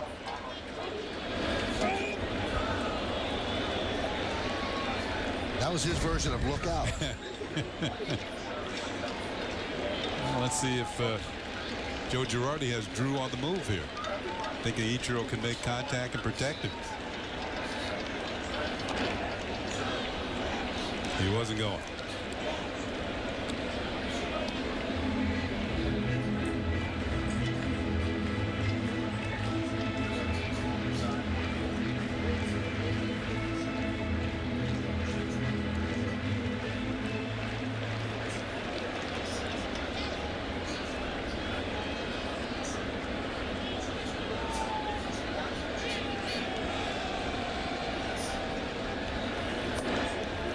And he walked.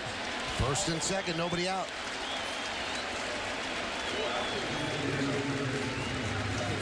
Well, the bunts should still be in vogue here with the rookie Pirela coming to the plate. And with a rookie coming to the plate, good job by Robbie Thompson, third base coach. He's going to give him verbal signs here. You know, he's new to the team. It's a pressure situation. No ifs, ands, or buts. Boy, bunt would seem like it should be said quicker than that. Well, maybe disguising it. Yeah, just. So he's really whispering sweet nothings? Well, maybe he's also saying how long it's going to be on. Just maybe this whole at bat until you get 2 strikes.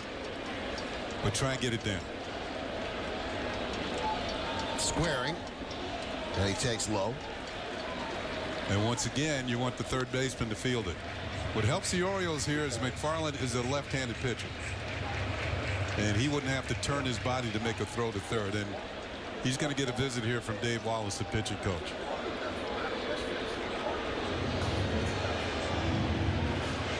And one reason why this Baltimore staff has turned around this year, they had the 3rd best ERA in the league in a hitter's ballpark, is because of the man who just left the mound, Dave Wallace.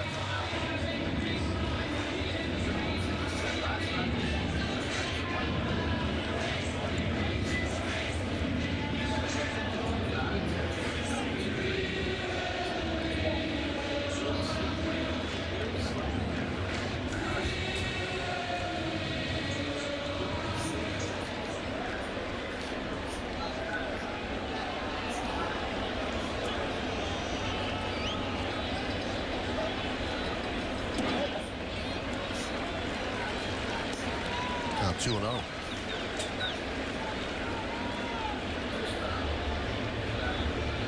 Now look down there. This might have changed things. Thinking that McFarland might lay one in there. And Pirela could put a good swing on a 2-0 pitch. The Oriole infield is expecting a bunt. Everybody's kind of moving around. He's going to bunt again. And a good one. And he reaches the sacrifice successful, and the Yankees have the bases loaded.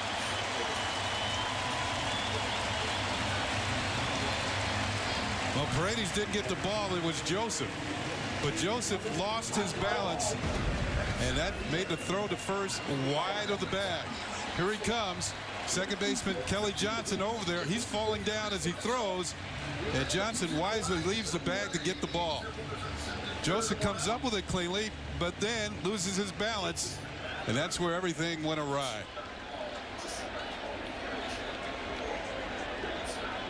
Bases loaded, nobody out. Brett Gardner at the plate with Jeter on deck. 2-2 game, bottom of the 7th.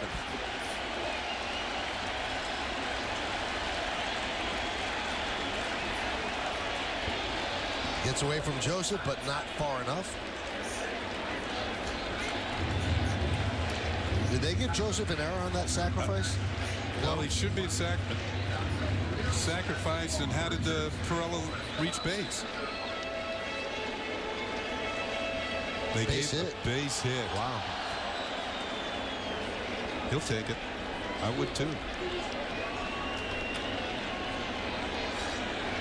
Need to white out, Michael? No, I just wrote over it.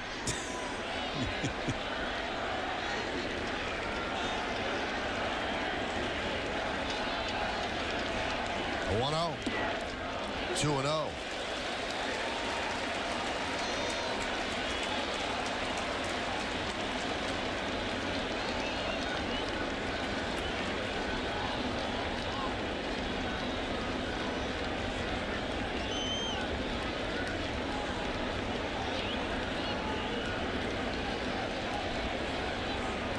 The lefty gets the sign, and the 2-0 pitch. A strike to Gardner. 2-1. I wonder how many Yankee fans are sitting at home right now rooting against Brett Gardner to get a hit. So it sets up that Jeter could be the hero. Well, you can still be a hero and follow him up with another one.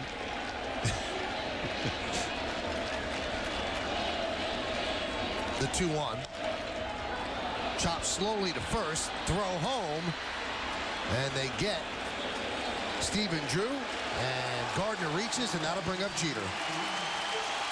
Number 2, Derek Jeter. Number 2.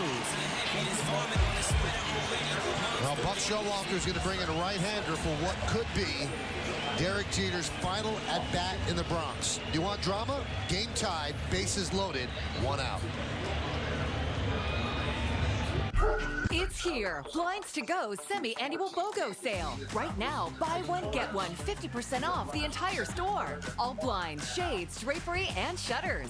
Shop our best sale of the season. Blinds to Go. We make it easy.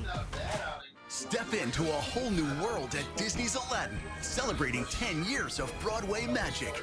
A dazzling, wondrous adventure filled with show-stopping visual spectacle. What more could you wish for? Get tickets at AladdinTheMusical.com. What'd you do? I'm a thief. You're admitted to a capital crime. Any judge would be forced To hang me. I want him to move out. Is he violent? I chose to do what I did. I don't regret it. It's here. Blinds to Go semi-annual BOGO sale. Right now, buy one, get one, 50% off the entire store. All blinds, shades, drapery, and shutters. Shop our best sale of the season. Blinds to Go. We make it easy.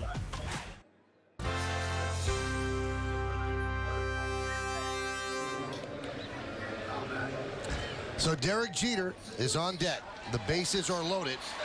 1 man out in the bottom of the 7th inning. The Orioles have made a pitching change to bring in a righty to face Jeter.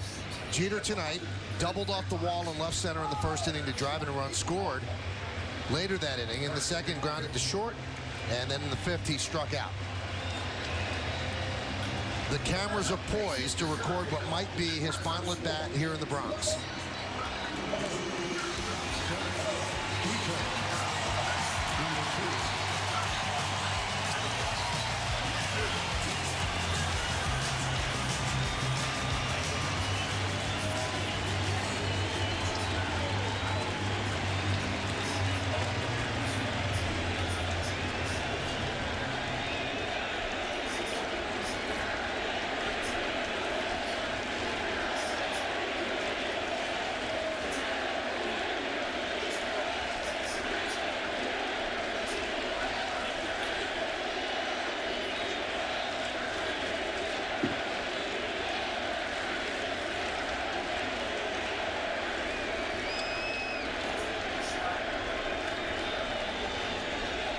Ryan Webb on the mound. And a strike.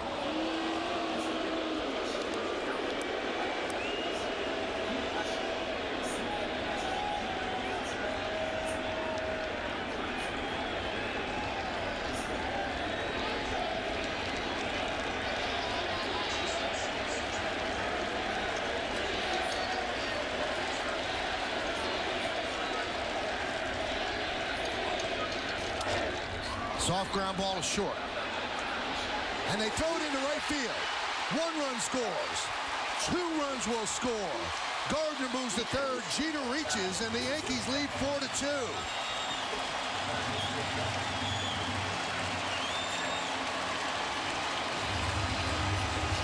Now Jeter will get a run batted in on this. The Orioles are a usually very sure-handed team, but not tonight. They've thrown the ball around a bit. Broken bat, roll it to short. J.J. Hardy has won the last 2 Gold Gloves, throws it away at second. That's going to allow 2 runs to score. You saw Webb with a sinker in on the hands. And now the race is on, and Buck Showalter's back out to the mound. So Jeter picks up the go-ahead RBI, reaches on the error. Yankees lead 4-2. We'll be back. Yankees Hot Stove, presented by Hexclad, gets you ready for a sizzling spring training. Spring training is here, but moves are still being made. The Yankees putting the pieces of the puzzle together. Every move they've made has had a purpose. You might see something in spring training that you'll talk about during the World Series. Yankees Hot Stove, tonight at 7 on Yes and the Gotham Sports app. Presented by Hexclad. The Yes app has moved and is only available on the Gotham Sports app. Download now to stream live.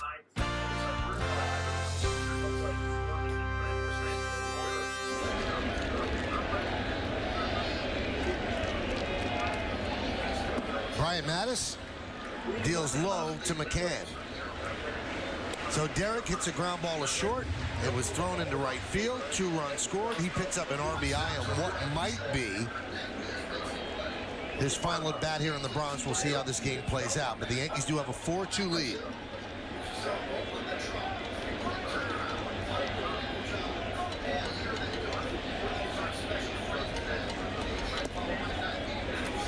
And what might be the game-winning run batted in.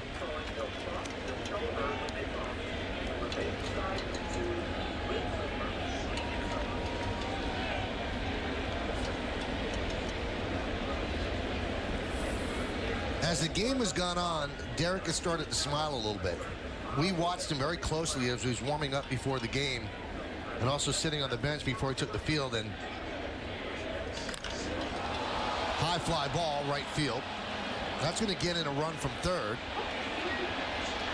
Markakis will flip the ball in. It's a sac fly for Brian McCann. The Yankees lead 5-2. Anyway, Kenny, I don't know if you agree. There seemed like there was an anxiousness about him earlier and a seriousness. He's always serious, but he didn't seem to have that joy that he usually has before a game. Well, maybe he can sense the finish line here in the Bronx is coming. The Yankees have taken the lead at this point in the game with 3 runs here in the 7th inning. If the bullpen can hold it from here, and Kuroda's done a great job tonight. You get Kuroda a win in what might be his last game in the Bronx as well. There's Mark Teixeira, and there's a strike.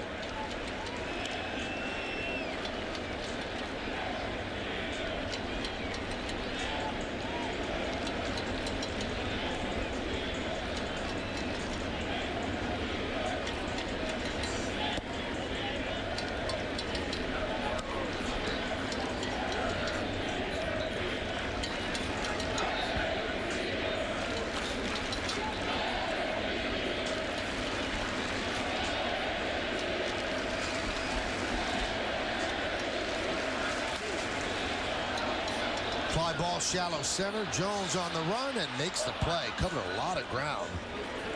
And that'll do it. But the Yankees take the lead. They score 3 runs. 1 big error. Jeter picked up the go-ahead RBI. 5-2 Yanks.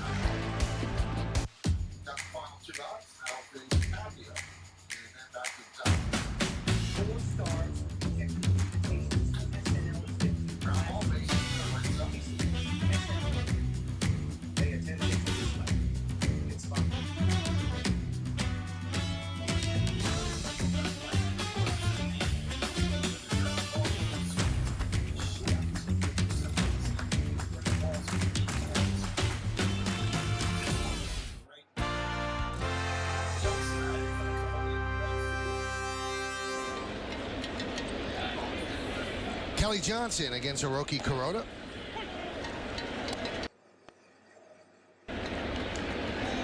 5-2 Yankees lead here in the top of the 8th. How good has Kuroda been? Since great. Since the 2 home runs that kind of took the air out of the room. Yeah. Well, he pumped it back up. 4th and the 6th have certainly helped his pitch count. Just 82 as we start the 8th.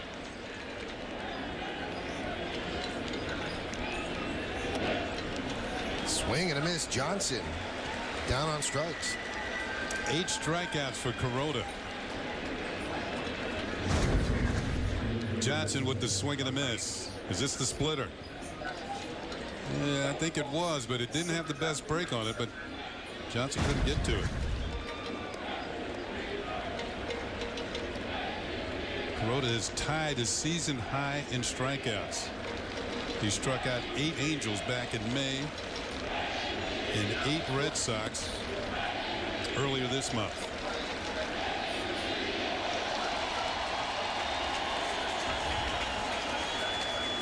Fans chanting, "Thank you, Jeter."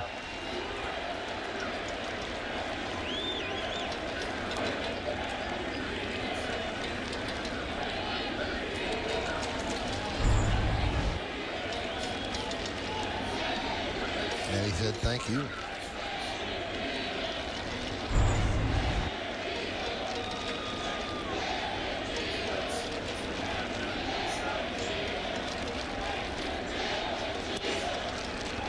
Away. Kuroda 38 wins as a Yankee, 25 of them in the Bronx.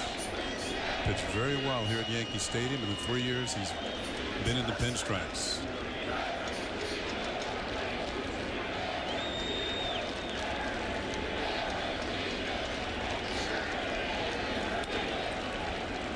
Grounded foul. Nice play by Teixeira, but a foul ball.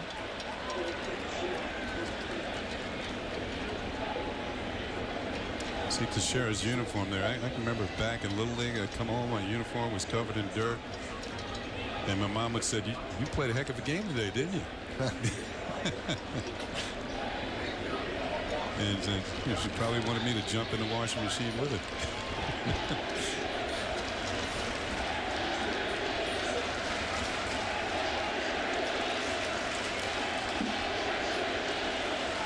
That pitch got the right hand of Adam Hamar. He's going to walk off the paint, hand the ball to Kuroda, who asked him if he was okay. Ooh, got the bare hand.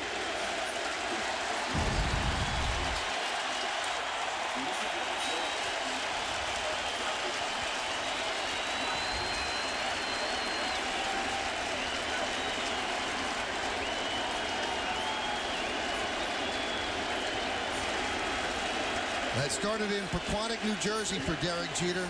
Born there, moved to Kalamazoo, dreamed of becoming the Yankee shortstop. What a dream. As Paredes swings and misses. No one could have dreamed this big. What did he say when he was a youngster? I want to be the shortstop for the New York Yankees.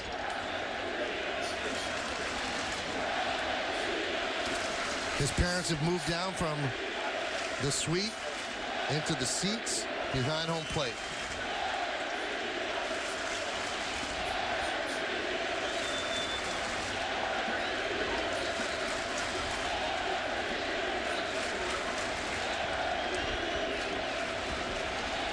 For those fans who are here tonight, and certainly for the captain,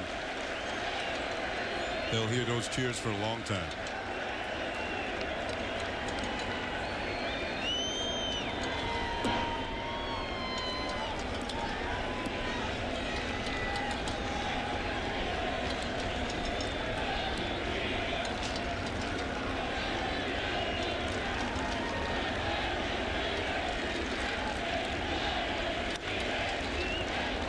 Rip foul.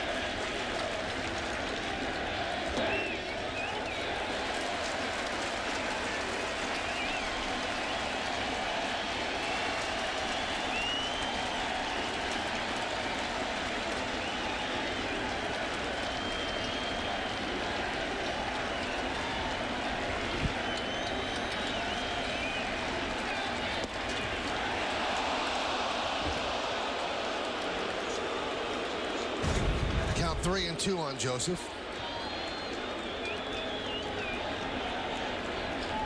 Thought that might have been strike 3, but not quite.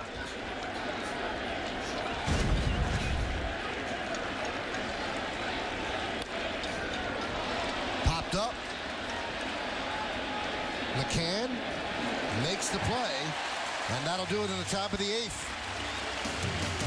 Derek Jeter heads to the dugout. His team is up 5-2.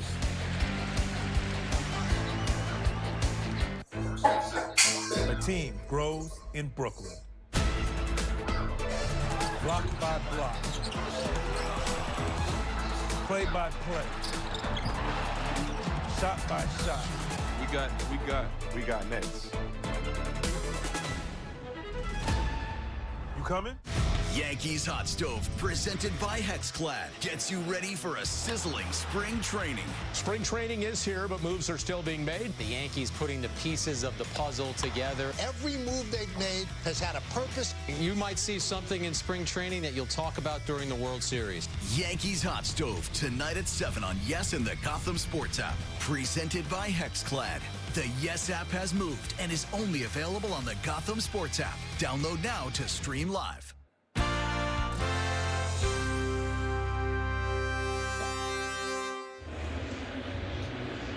Frank Robinson here. Jay-Z. Little Joe Piscopo action. Ahmad Rashad and NBA Commissioner Adam Silver. Jimmy Fallon likes what he sees. Andy Pettit said it earlier today. This is the end of an era. Derek Jeter is the last connection to the run of championships. And at the end of this night, he will have played his final game at this ballpark.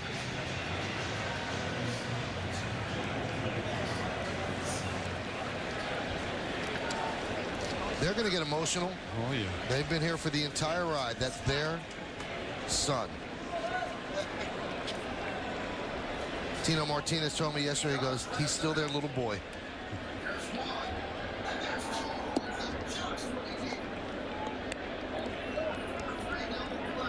And they've kind of shared him with the baseball world. Well, whatever they did raising him, they did it right. Well, the Yankees get a little rally going here. And Jeter might get another at bat. The Hyundai scoreboard 5-2, bottom of the 8th.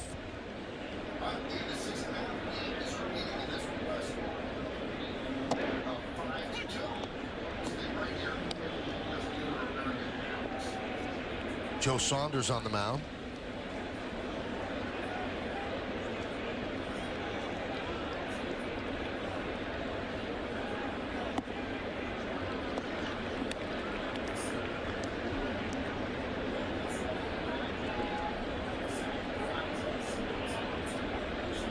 They want a good look, good view.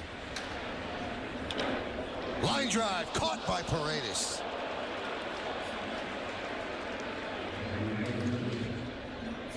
Oh, Headley smoked this one. Paredes up to the apex of his leap, gets up and pulls it in for the out.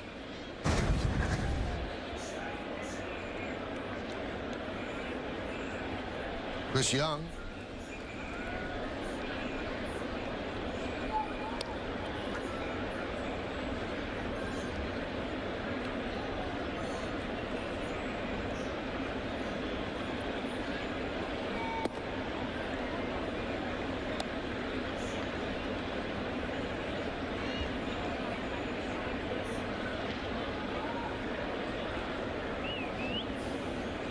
Something symbolic about the fact that a great Yankee shortstop ending his home career on the day that Phil Rizzuto was born in 1917. Phil would have been 97 today as Chris Young works a walk. As promised earlier, we have the AT&T fan photo of the game. Tweet your photo to @YesNetwork using hashtag YesFanPhoto for a chance to be shown in an upcoming game broadcast brought to you by AT&T. Seda Lopez put a poster together. Here's Stephen Drew.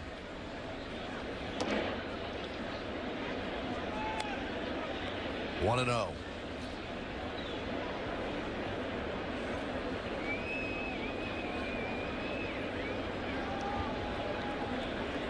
Chris Young leads off first.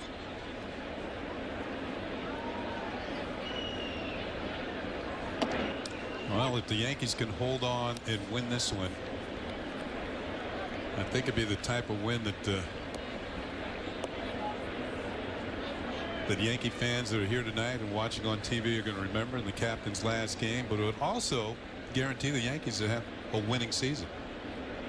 Not what they would have liked, of course, as far as total wins, but they would keep that streak going of consecutive winning years. There's Dr. Charles Jeter.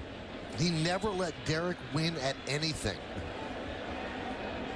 Derek said they used to play The Price is Right before Derek would go to school, and Derek would bid on items, and the father would always beat him in the showcase showdown. And they just wouldn't let him win. And Dr. Jeter was asked why. He said because he had to learn. He had to learn to win. Both the doc and his mom, Dorothy, made him sign contracts in order to play baseball. Certain grades, act a certain way, carry yourself a certain way. That one is chopped to first. Drew is tagged out. Moving to second is Chris Young.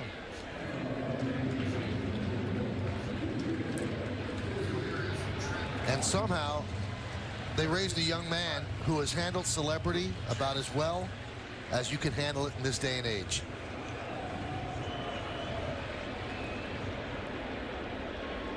And on the biggest stage as well.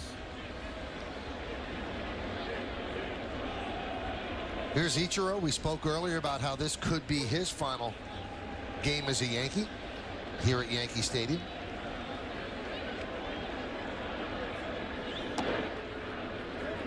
We're in the bottom of the 8th inning. Yankees lead the O's 5-2.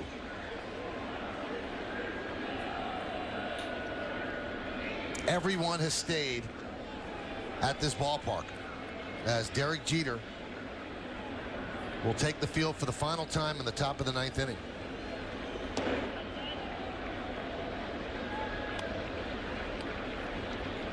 Count 2-0.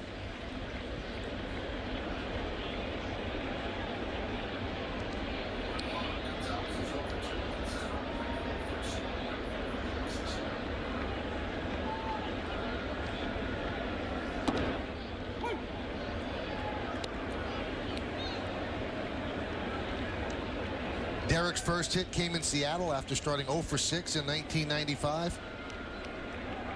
Became the Yankee hit leader across the street.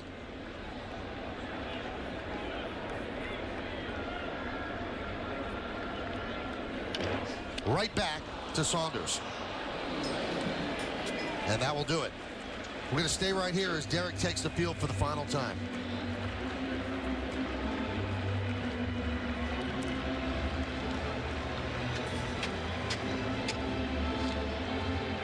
What is going through Derek's mind right now as he gets his glove and will head out to his field of dreams.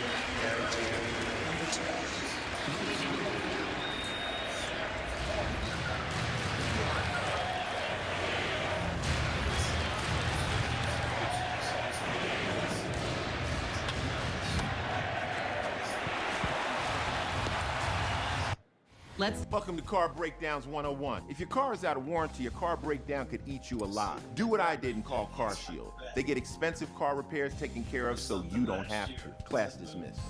Call 800-246-6940. Do you have an idea for an invention, but you don't know what to do next? Call InventHelp. They've been helping inventors for 35 years. Call today for free information.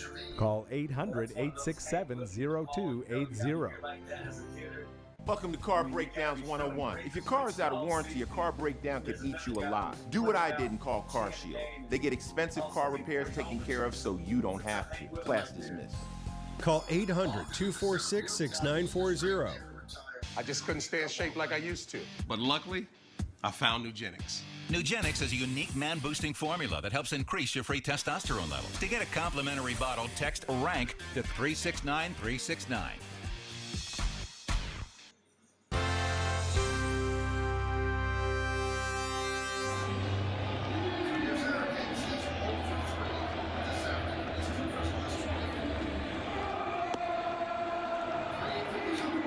On the scoreboard right now, they're showing highlights of some of Jeter's great moments.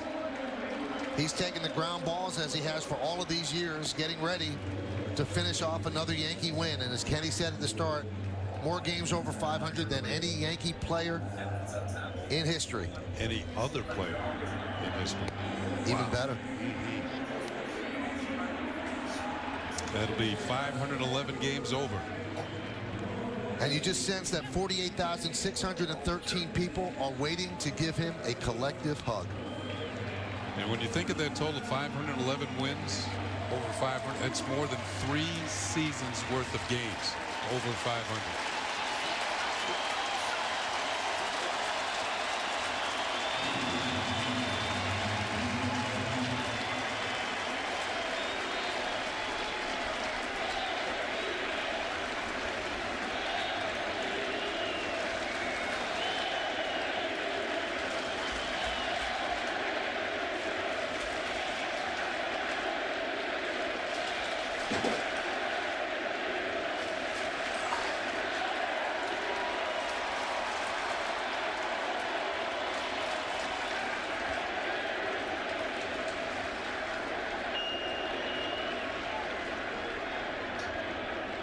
David Robertson on to close, and Markakis fouls it away.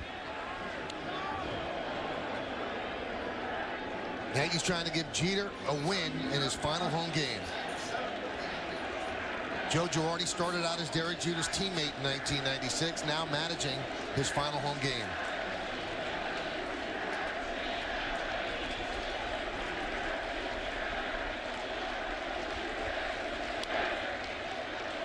Fouled off 0-2. There's his first manager in 1995, Buck Showalter. And across the diamond, his final manager, Joe Girardi. He's only had 3. The other's Joe Torre.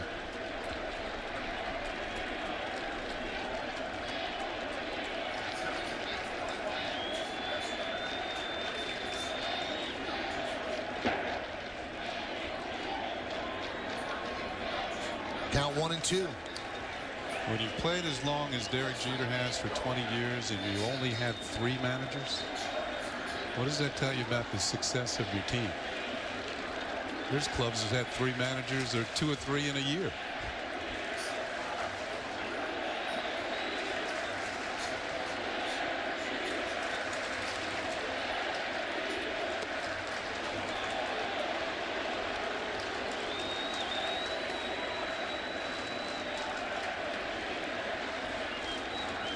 Never has a game seemed like more of an afterthought.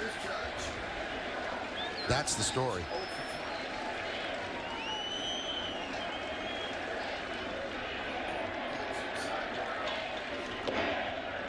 Just missed.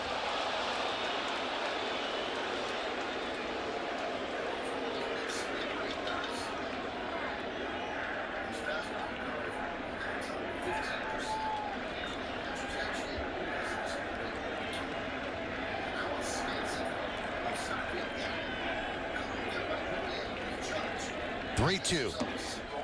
Markakis walks.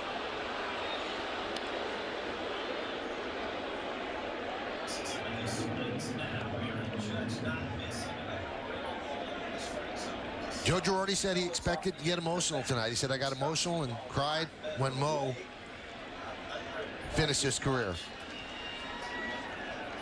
And now the final member of the core four.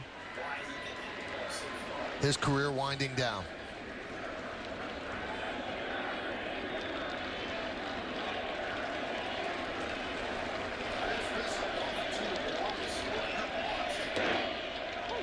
And a strike to De Aza.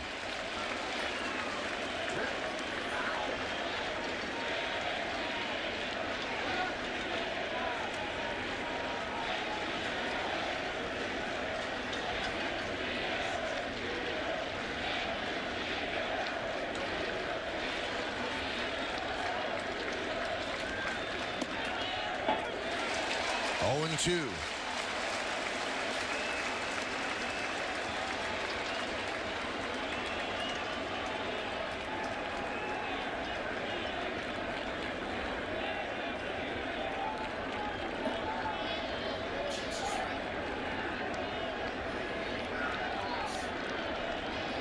The 0-2. 1-2. Tried to get De Aza to chase a fastball up out of the zone, but he was disciplined enough to take it.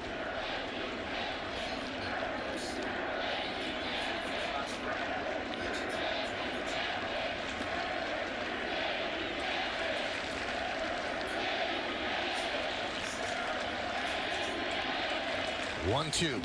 Strike three. De Aza down looking.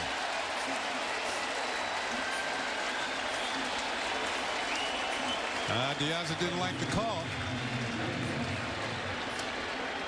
But he's taking that well-known walk.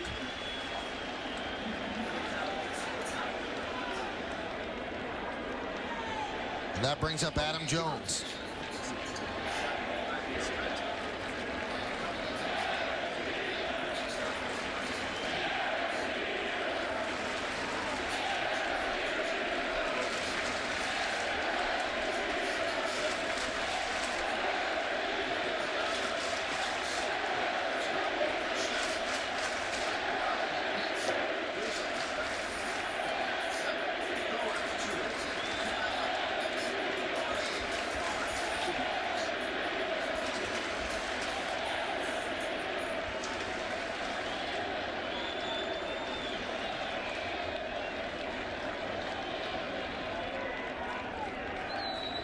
The 1-0 to Jones. 1-1.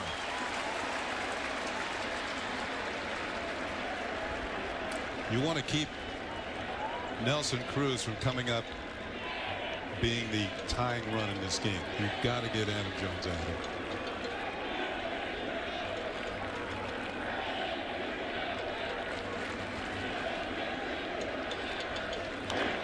Well, let's put it this way, Kenny. If the Yankees have something special planned, and we don't know if they do or don't, to take Derek Jeter out, there's two things that can't happen. Jones getting on, the game still being on the line, or double play.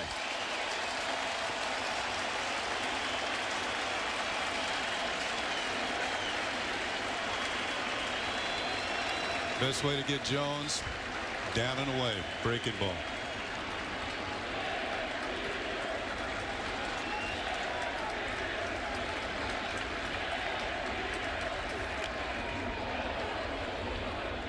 That pitch kind of set it up.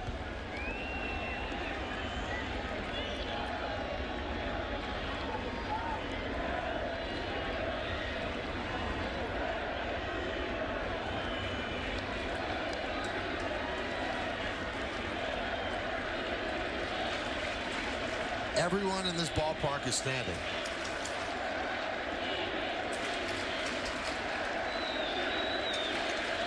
One, two. Oof.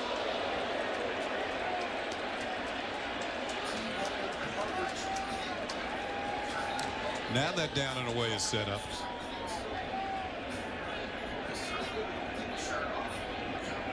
That is a pitch designed to make you not lean over towards that outside corner.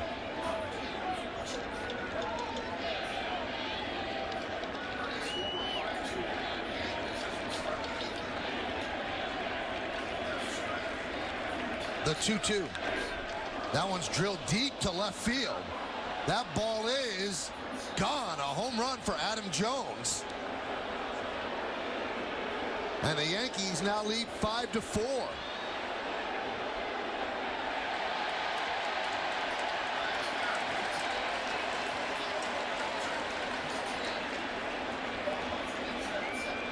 home runs tonight seem determined to take the air out of the room. Well, the Orioles hit home runs better than any team in baseball. They've been doing it for the last 3 years. Up and in, and Adam Jones got all of this one. That's his 28th home run of the year. The Orioles are the only team in baseball, as Derek watches it go, they hit over 200 home runs in each of the last 3 seasons. That's what they do.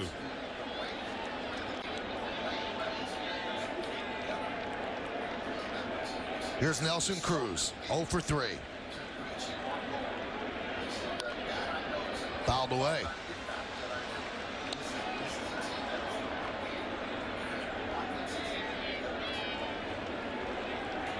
The home run quieted the crowd down.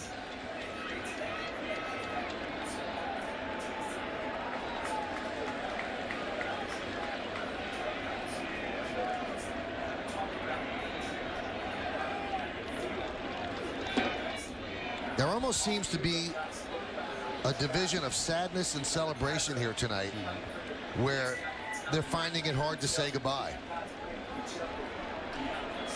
Well, Michael, when you look at some of the youngsters in the crowd, and maybe it's some of the people in their 40s when they were teenagers, or almost just out of their teens when Derek started. And you got people maybe 20-year-old or a little more than that. That's all they've seen is Derek Jeter at shortstop.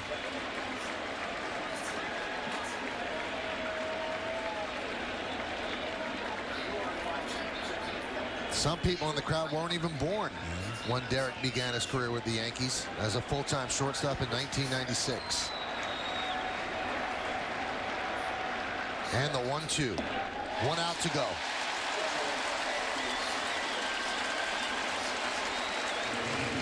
That was that breaking ball I thought he'd throw to Adam Jones. Instead, he uses his own Cruz and strikes him out.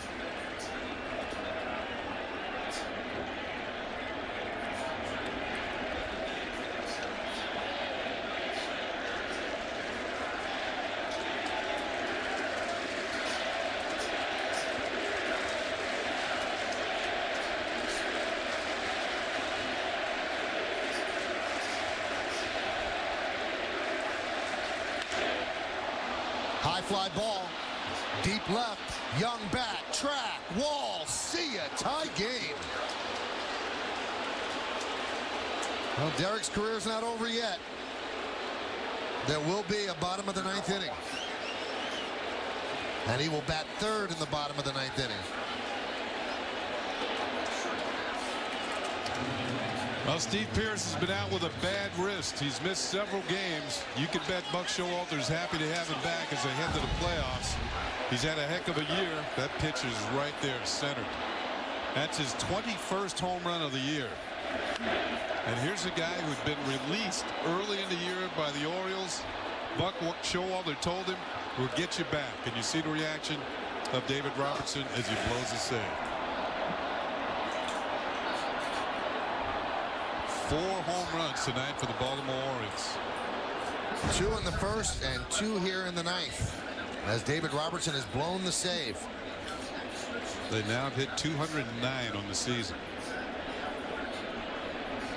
Larry Rothschild goes out and talks with Robertson. That conversation over. He's back in the dugout. Here's J.J. Hardy.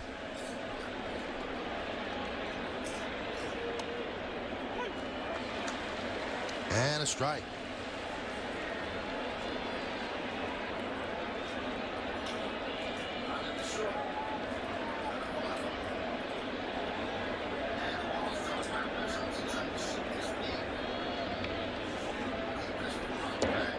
Strike 2.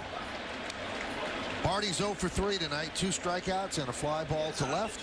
In the bottom of the 9th inning, Perella, Gardner, and Jeter.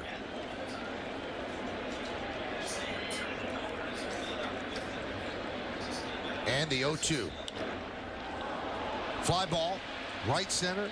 Gardner is there and makes the play, and that will do it. But the Orioles score 3 runs on 2 hits, nobody left. Bottom of the 9th coming up. How does this play out?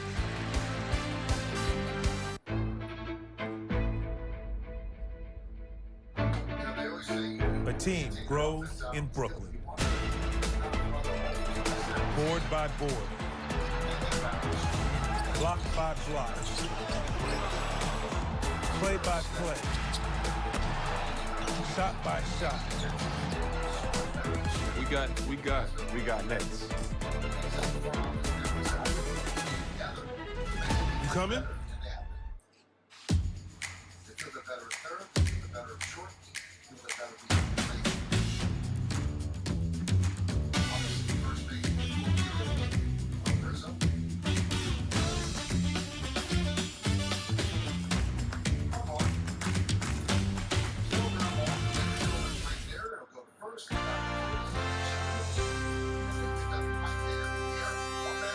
Well, it comes down to this, the bottom of the ninth inning.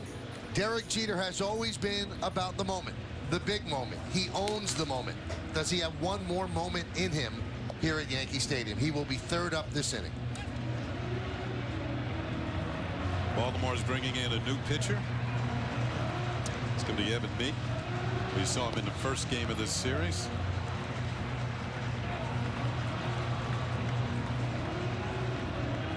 Well, the Orioles proved they did not want to be a prop tonight. They're trying to get home field advantage in the American League, so they battled. They were down by 3. They could have said, okay, this is about Jeter. Let's just get on the plane and go. No. But they fought back, and now, in essence, they've set up what could be a Hollywood ending with Derek Jeter due up this inning. Let's see if he takes advantage of it. Adam Jones, Steve Pearce with the home runs. Flaherty has taken over at third for Paredes. And Evan Meek is on the mound. Here's Perella. Rip foul.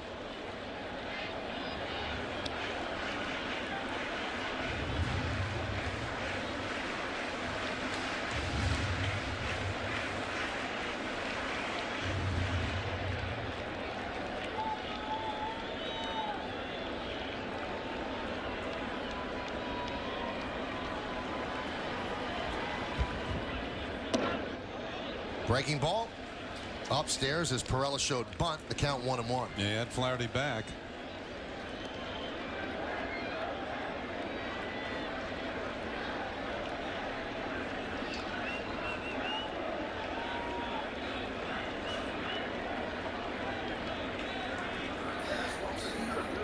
The 1-1.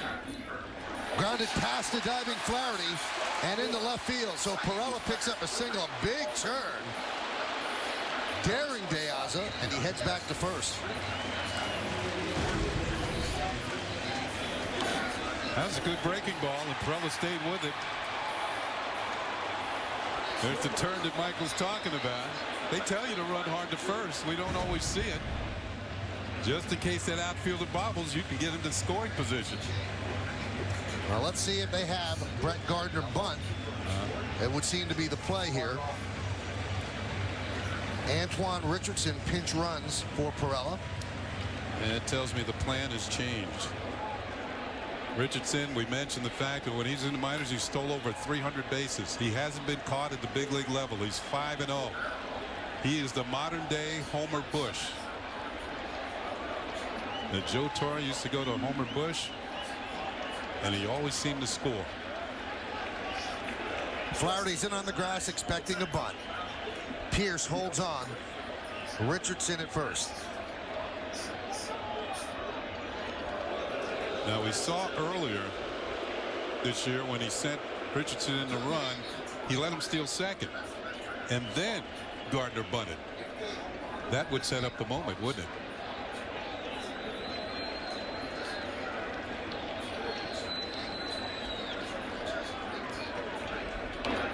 And there's a bunt. Meek goes to first. Richardson in scoring position, and that brings up Jeter.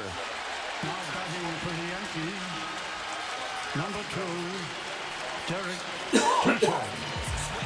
Number 2.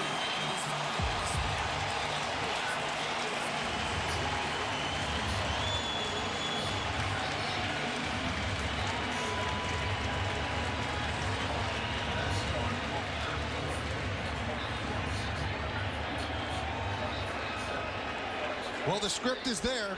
The last page is in Derek's hands.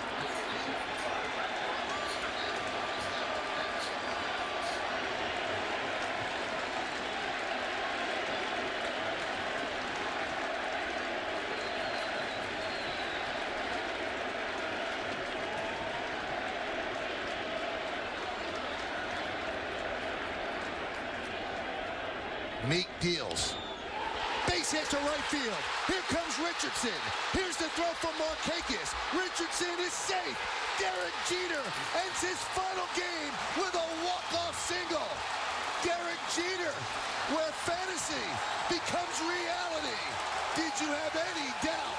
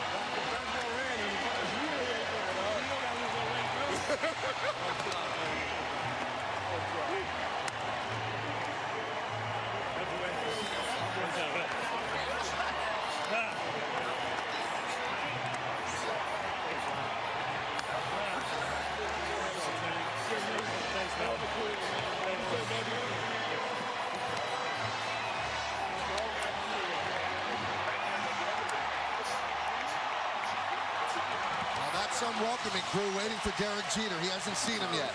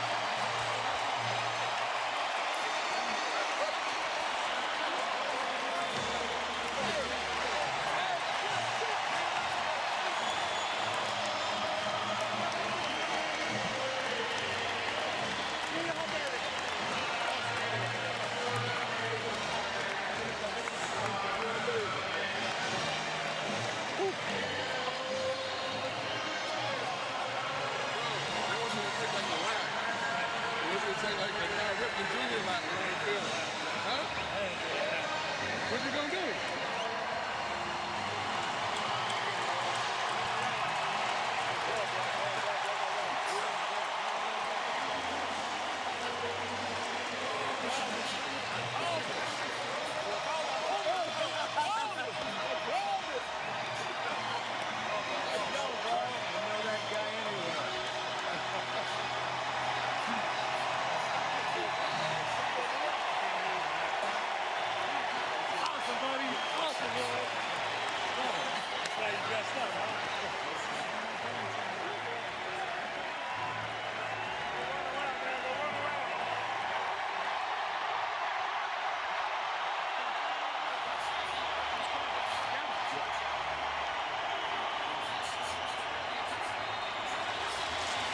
And now Derek Jeter says goodbye.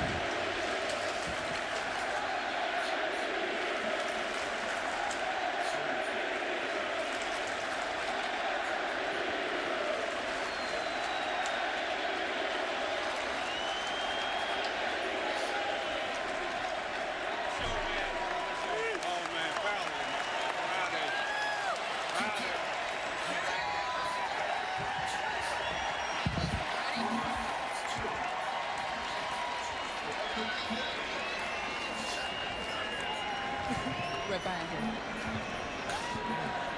Derek, you've always had a flair for the dramatic. Tonight, certainly no exception. What was going through your mind as you stepped into that batter's box one last time? Don't cry.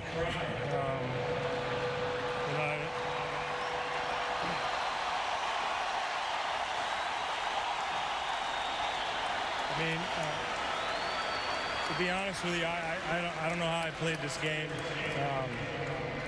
I went up my first at bat. I forgot my elbow guard. I was throwing balls away. I was giving signs to Drew at second base, and there's no one on base. So I was all messed up. But I want to thank everyone here. I've said it time and time again.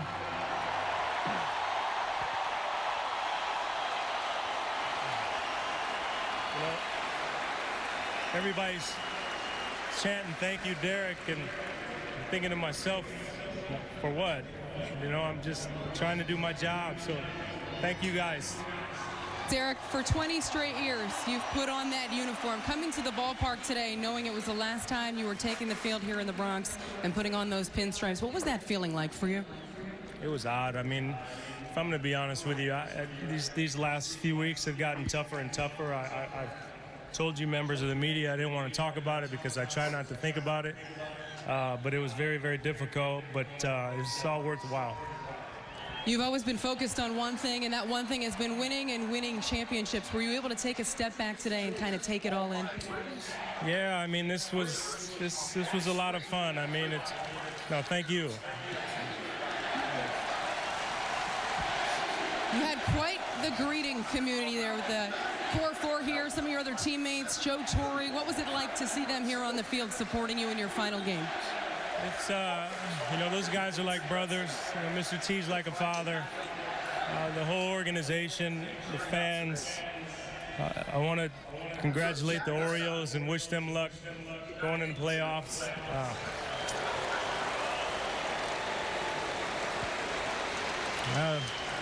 They deserve it. Before I let you go, what are you going to miss most about this uniform and this place? Everything. But most importantly, I'm going to miss the fans. They're what made this special. Derek, thanks for the time. Send it back up to you guys. Well, thank you, Meredith, and thank you to Derek. Obviously, he held himself in check there, Kenny. He was moved. He was touched, I think, seeing his old teammates and his old manager, and then going to say hello to his parents and his sister and his friends. Obviously, a very emotional moment for Derek Jeter, but he's a rock. We've seen that throughout his career. This is a guy who doesn't crack under pressure, and he didn't crack. And really, did you expect it to end any other way? Well, it's a beautiful ending, fairy tale ending. And you mentioned you could see that he was moved. He moved about 48,000 plus here tonight, and plus the millions more who are watching around the world. What a way to cap out your home career with the game-winning hit bottom of the ninth inning after your team had just blown a chance to win the ball game. And you come up and get the job done. All right, we're going to go back to Meredith Marakovitz on the field. Thanks, Michael. I'm with Mariano Rivera. Mariano, you had a special moment the way you closed out your career here. What do you think about the way Derek Jeter went out here? That's the typical Derek Jeter night. You know, I mean, you figured it out. David Robertson had done a tremendous job the whole year. You know, and Derek Jeter night, he decided to blow the game to set up for Derek. No, I'm playing around, you know. I mean, those things doesn't surprise me. You know, the way it happens, the way set up the game for him to be able to come through with the last hit and win the game. You know, I mean, I've seen it over and over, and I'm so happy. What was it like for you watching, knowing he's the final member of the Core 4, and this is it for you guys? It's kind of like the chapter is closed. It's hard. It's hard, you know, knowing that, you know, this is it. You know, we saw our last guy playing and we don't want to get hit in the and do it.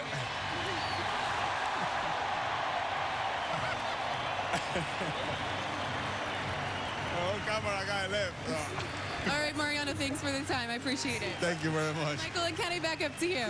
In his entire career, when they did the pies, when they've done the Gatorade. He has never, ever gotten the shower, and he did right there by CC Sabathia and Brett Gardner. Amazing. It certainly is, and once again, quite an appropriate. And he took it like a man. He just stood there and said, all right, it's my time, finally.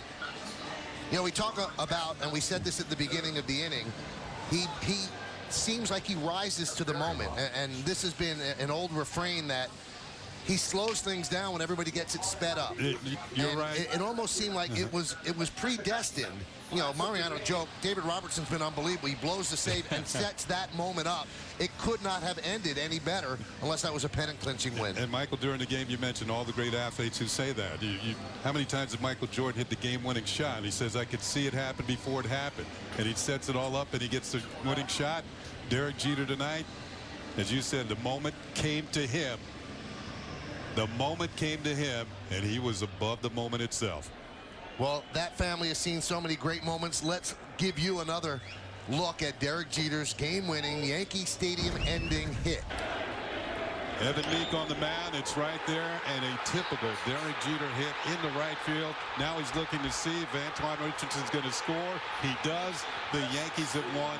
Time to celebrate here in the Bronx and all over the world for Yankee fans.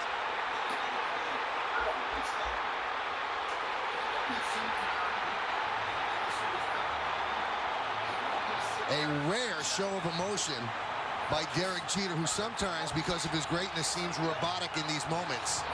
But you could see that was a huge sigh of relief.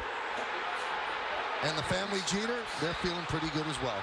Look at Mom making sure the run scores.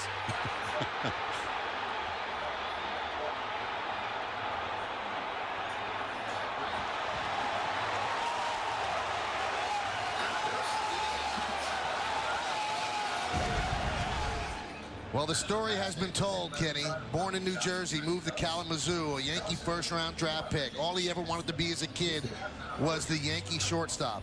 And boy, did he do a good job at that. And he said on Derek Jeter Day, I'm glad I got to play shortstop. There's only one Yankee shortstop, and he's been that man for 20 years and an amazing run. And talk about a dream life. He has lived the dream life. 5 championships, the 3,000 hit with a home run. He's going to the Hall of Fame. He's been honored by the commissioner. No one really has a bad word to say about Derek Jeter. You mentioned, Michael, 20 years as a Yankee shortstop. An example for all the youngsters, all baseball fans. 20 years playing for this team. But as long as there's going to be the Yankees, Derek Jeter will be never forgotten. Well, let's see if Derek Jeter now says his goodbye to the crowd.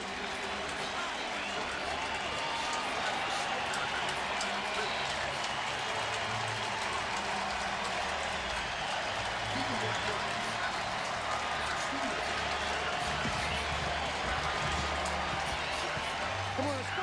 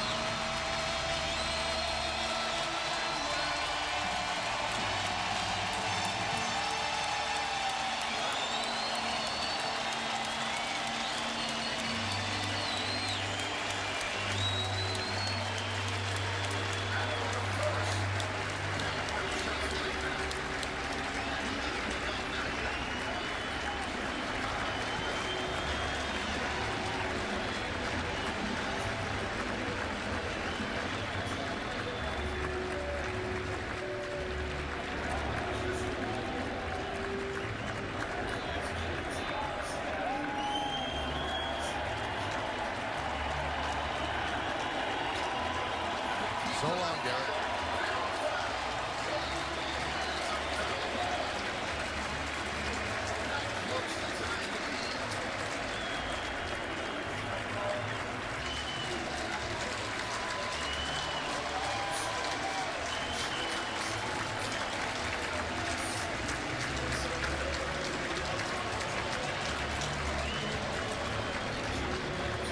covers on a lot of people's childhoods just close. That's the end of that good book you were talking about. Yeah, you didn't want it to end. And it was a great ending, wasn't it? It was a tremendous ending, and it was a tremendous book, and what a baseball life Derek Jeter's put on display for the entire baseball world, but the ones that intimately involved, the people of New York. They watched him grow up. They watched him become champion. They watched him become captain.